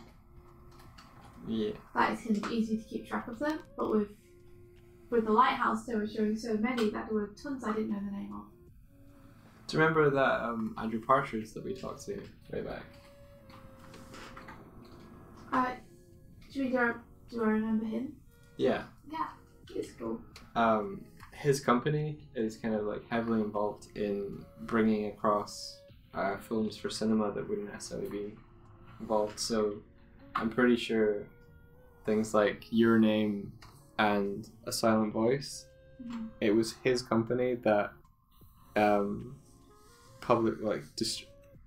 made it possible to show those films in UK cinemas and Irish cinemas. Yeah.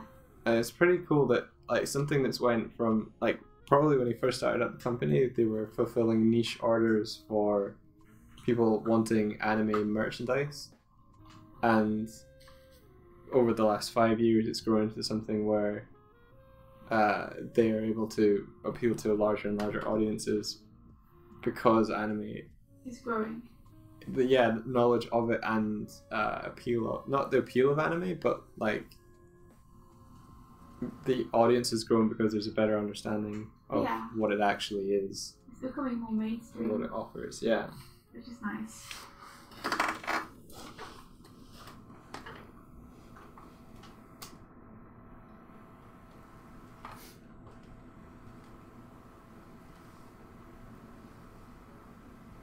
Like, I can't remember, but did things like Spirited Away and Princess Mononoke get a cinema release in the UK? Yeah. Did they? Yeah, they did. Cool. Spirited Away did. I don't know if Princess Mononoke did. Princess Mononoke, the first time I ever saw that was I bought it on VHS. I'd never heard of it before then. Spirited Away, as far as I'm concerned, was the first one released in UK cinemas, and it was a big deal. Yeah, I think, well, it was Disney or Pixar or something. Probably Disney that did that. People were like, oh wow, it's a film from somewhere else, and it's got all these award nominations. Wow. It was really interesting seeing that it was something like the 11th film or something in Studio Ghibli's library. But it was so fresh and new to us at the time. Yeah. Oh, what's the Murder Mystery Dinner? It's where you go to dinner, and normally they're themed with some kind of period of time as well. So it might be like 1950s or 1920s, and you kind of dress the part. It's your responsibility to dress the part. But you go to this dinner with a bunch of other people who have all also chosen to go to this dinner. And you have the dinner, and during the dinner you're given a slip of paper. And it will kind of tell you, first of all, I think it will tell you if you're the murderer or not. And also it will tell you some more details about your character, I think. And then there are also, as well as guests, there are actors at the dinner. And a scenario plays out throughout dinner and just after, in which someone gets murdered, and you have to work with the other people to find out who the murderer is. But because the murderer is one of the other people, you have to be careful who you talk to. The actors are there to like help you or play out scenes together or increase the drama. And it's just like a mystery night where you have to solve the mystery.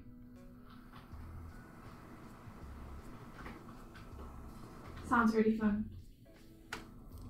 It's the kind of thing I'd be into, I think. I think improv skills would play a large role in it, if you're in that sort of circumstance. I don't think I could play the killer because I don't have a great poker face. I don't know, you do, I think. Because I've played a lot of games with you in which you were the one we were after in the game, but because you don't speak very often during games, no one knew it was you. Well, that's my strategy. Everyone else is just shouting at each other. Just don't talk. Yeah.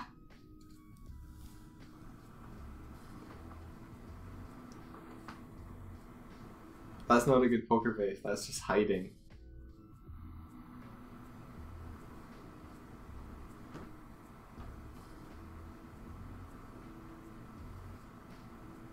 If anything, not talking during a game that's about communication should make me more suspicious.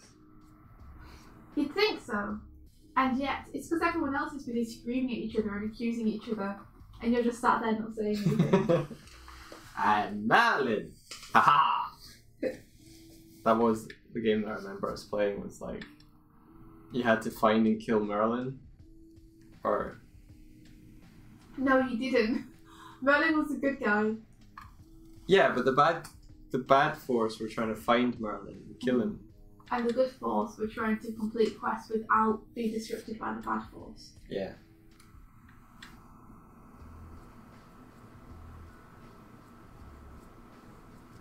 I think it helped that Merlin was maybe like, is kind of like the snitch of the game, where the bad guys would still win if the quests weren't completed, but if they killed Merlin, it was just over.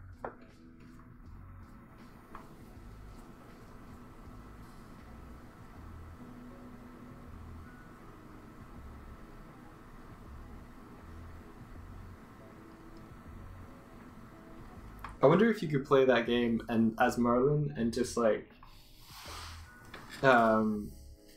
put a red token down to stop the quest every time. Yeah, I mean, I'm sure you could do whatever you want, but whether you get caught doing it or not, I don't know.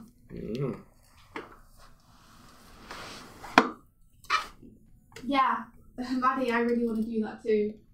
Like, you think it'd be so fun to like dress up in 1920s style or something and go to a dinner and then try and solve a murder while you're there and have actors and everything going around and playing out scenarios. You should look it up and see if there are any in your town, because I think they're getting more and more common. Really? Yeah, I think there's some in Dublin. Really? Uh-huh. Oh. I know. I really want to go to one.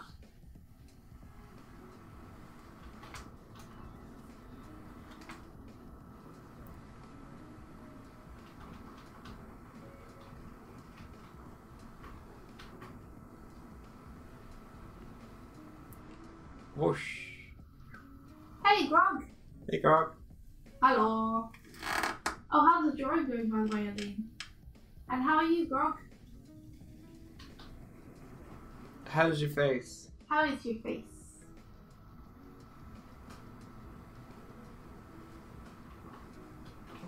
Maddie, you sound super cool. I like someone who has 50s and 20s clothes prepared. They are my two eras of choice.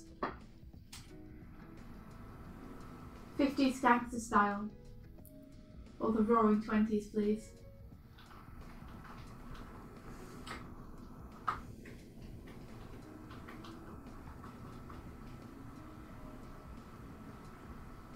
It's all in the butt.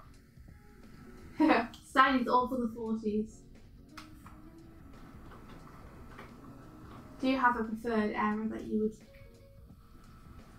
kind of take the style from, like?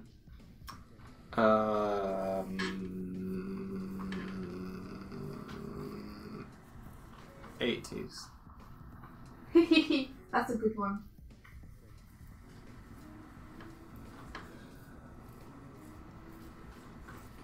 Get yourself some multicoloured bomber jackets.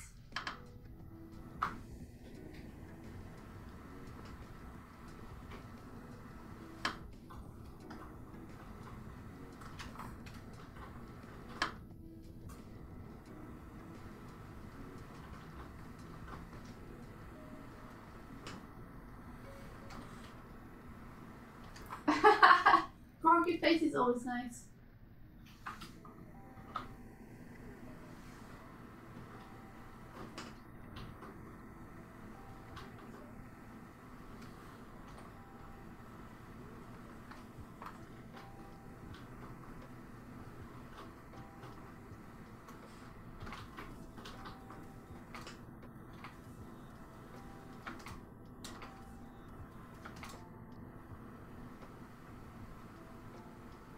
Oh, Maddie, that sounds amazing.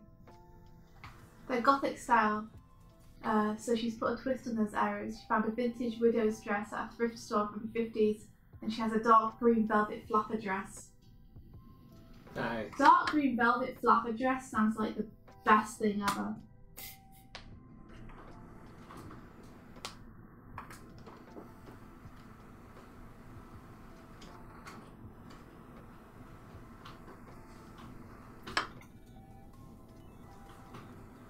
Sure thing, Maddie.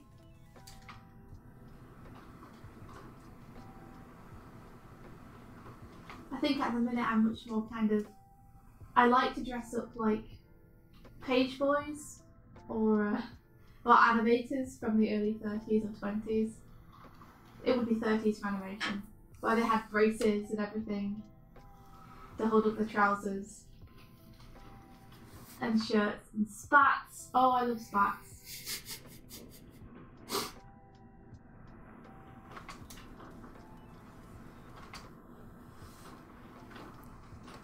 How goes your dancing? He's a dancing. He's a dancing. It's going okay, thanks. He's just gonna do a little bit of a groove over here in the corner.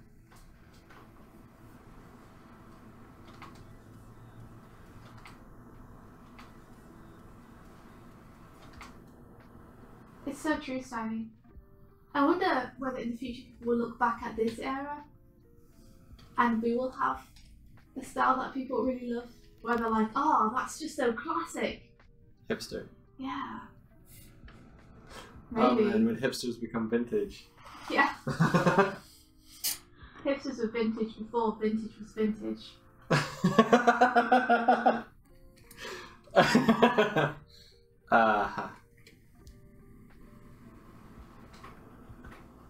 Because I find it kind of difficult to pick out any kind of style at the minute Really? that I see dominating. Yeah. Do you not see like those haircuts where they have like longer hair on top but shaved sides and back? Hot damn, I really love that hairstyle. Yeah. I think that's an awesome hairstyle. I think maybe it'll be clearer in retrospect when people look back on this time.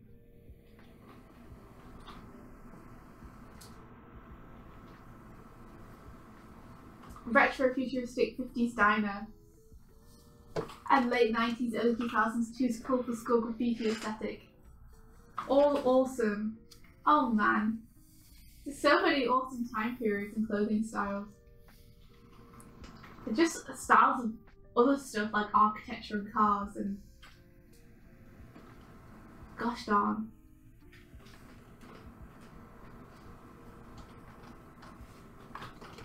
I need to get a bit more of that into Gill and the Glim. Yeah.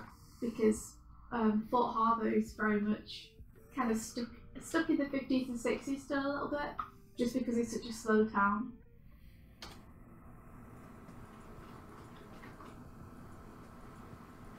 Like they have a roadside diner that basically the town has built up around.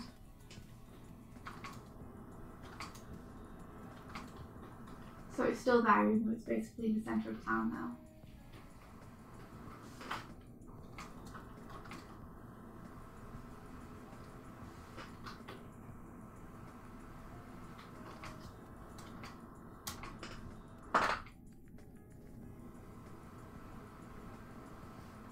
Justin Bieber emo haircuts that everybody had. Oh yeah, I really hate that hairstyle too. Oh, it's so bad.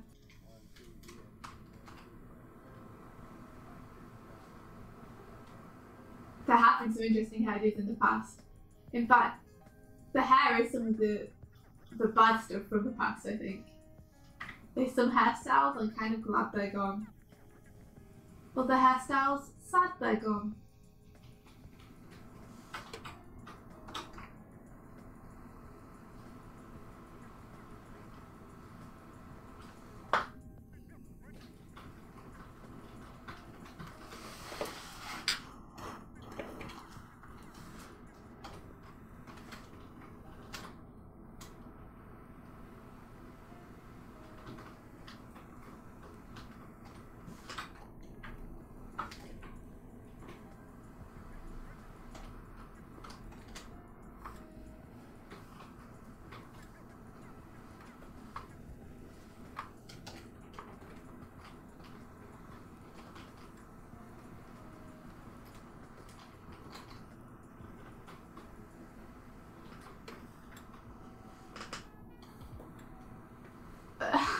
Everyone hates perms and secretly wants to have a perm. Own it. Do it. Oh my gosh, the beehive, Steiny. Let's not remember the beehive.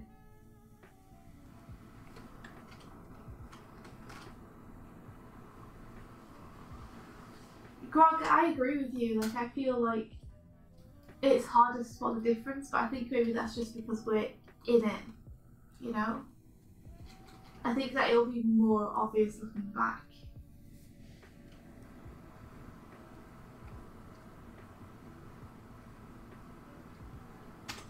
Yeah, Steiny, you're right, because there's not that much of a difference between the 20s and 30s, I don't think, in terms of the style.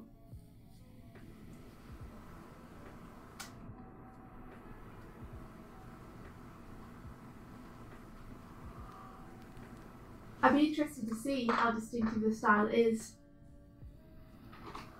That's something to look forward to when I'm an old woman. I was no stylish in my day. What? That's what I would say. Is it? Uh-huh. Okay.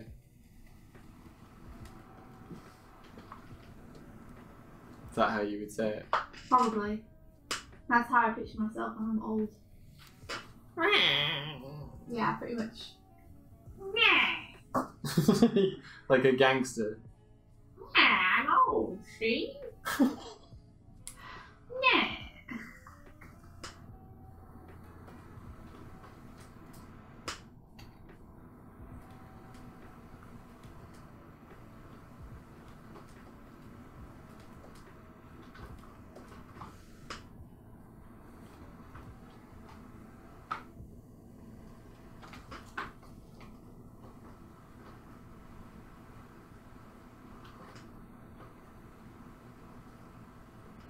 What are JNCO jeans?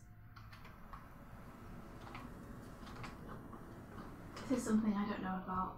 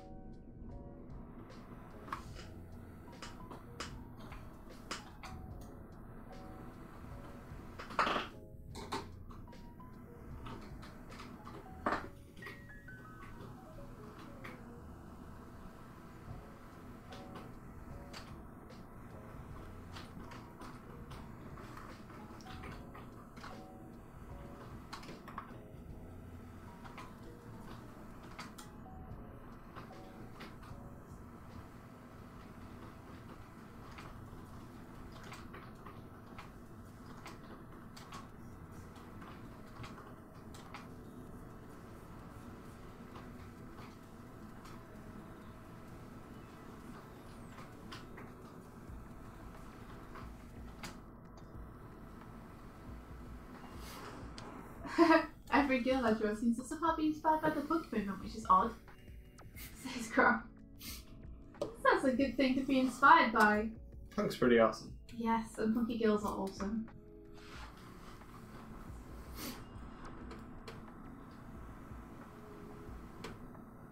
I don't think you'll understand. I know I don't, but you should definitely look them up anyway. Okay?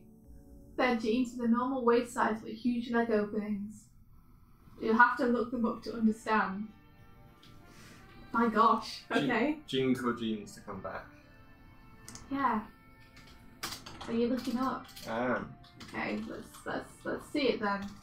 Stab it.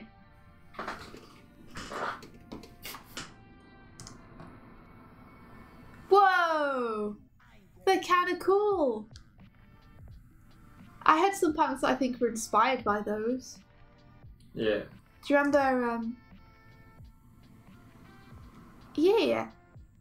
Do you remember back in the early 2000s when you could get kind of black pants like that with a ton of pockets on them and tags and stuff hanging off? Yeah, I think that was this movement. That's totally what I had. I had massive big parachute pants, I called them, with a ton of pockets and tags and bits of like scrap cloth hanging off them that I absolutely adored. Yeah. Because they were super comfy and really schlumpy and they looked badass. They weren't jeans though. This is something. This is hardcore.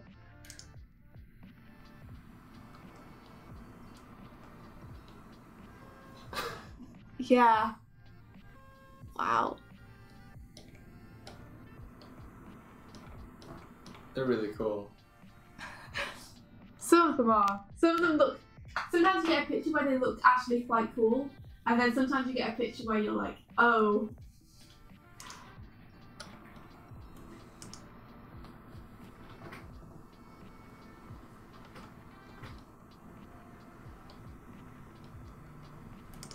Ah, yeah, that's the kind I had, Maddie. I wore mine with chains and buckles, pockets and stuff. You know what I don't like? The skin tight, like skinny jeans. They're, no. Yeah. Yeah, I agree. I prefer like there's a style called boyfriend jeans, which I think just means they're a bit looser and they're kind of ragged already. And I like that. I like my stuff to look like it's been worn by someone else before. I like it to look old.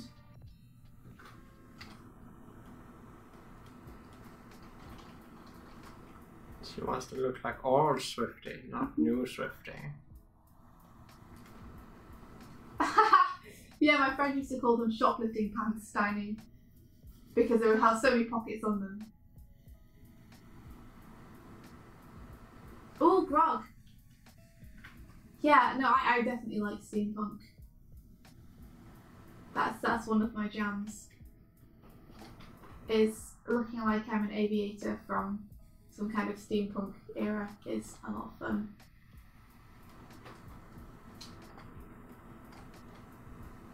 I think I have a picture of me like that. Yeah. You're Amanda Earhart. No, not Amanda. Is it Amanda? Yeah. Cool. Yeah. It's Amelia. Amelia, I knew it was wrong as soon as I said it. I was like, is it Amanda? No, it's not. It's Amelia.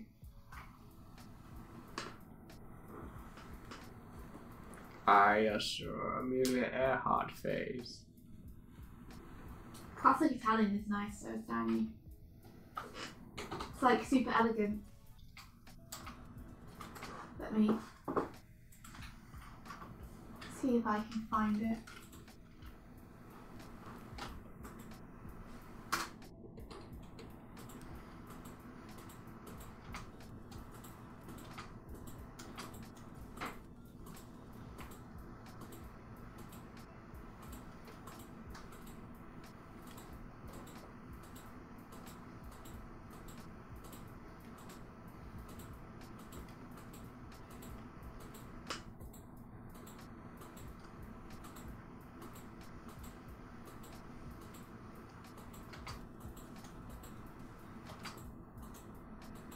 I never knew I had so many profile pictures before.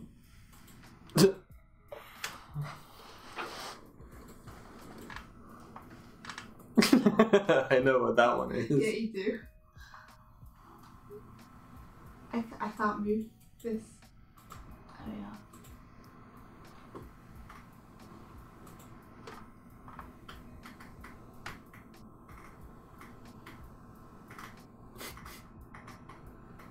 There we are.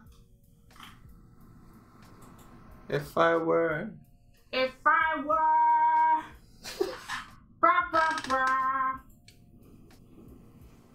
It's a bit small.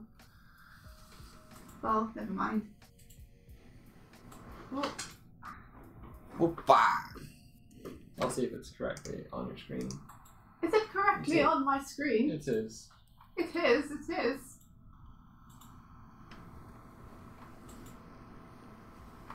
So my friend took me to like a photo thing, which was kind of fun. It's not normally my jam. And I decided that I might as well dress up for it. So I kind of went with a couple of things. One of them was steampunk, and one of them was like 1930s gangster. Wow. Dame. That was really fun. It was super fun. I've lost my window with the stream. I have to get back to it. Gotta get back. There we are. What other ones did you have? I had just a regular one because Jen wanted a picture together, so I was like, okay. I come in normal clothes as well then. But I was like, I'm doing steampunk in 1930s. Oh, jeez, Maddie. Okay. Be safe.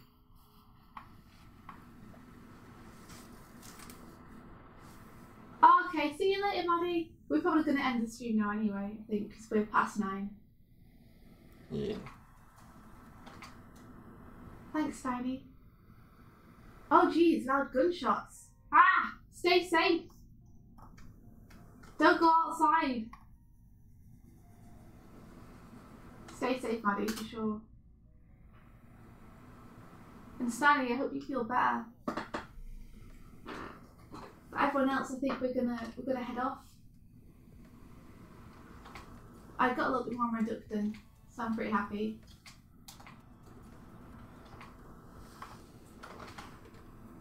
I think I got a little bit done. Can I see?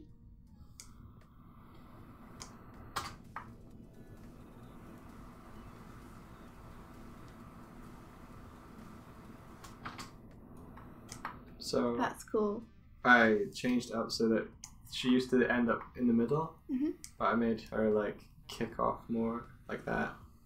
And then I've been trying to get where her placement is, just moving it by eye. Yeah. Again, to stop over here instead. Have you got any clue how you're going to hook it in to the end of the shot yet? No. Okay. Like, I've not done the ending part yet. It's looking good though.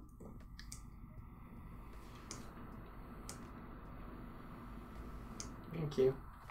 You're welcome.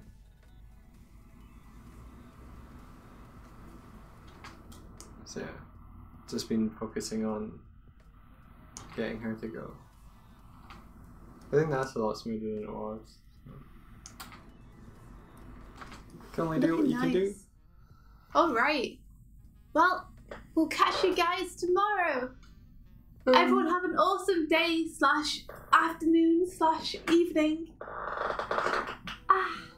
And may the rest Of your day be filled filled with adventure.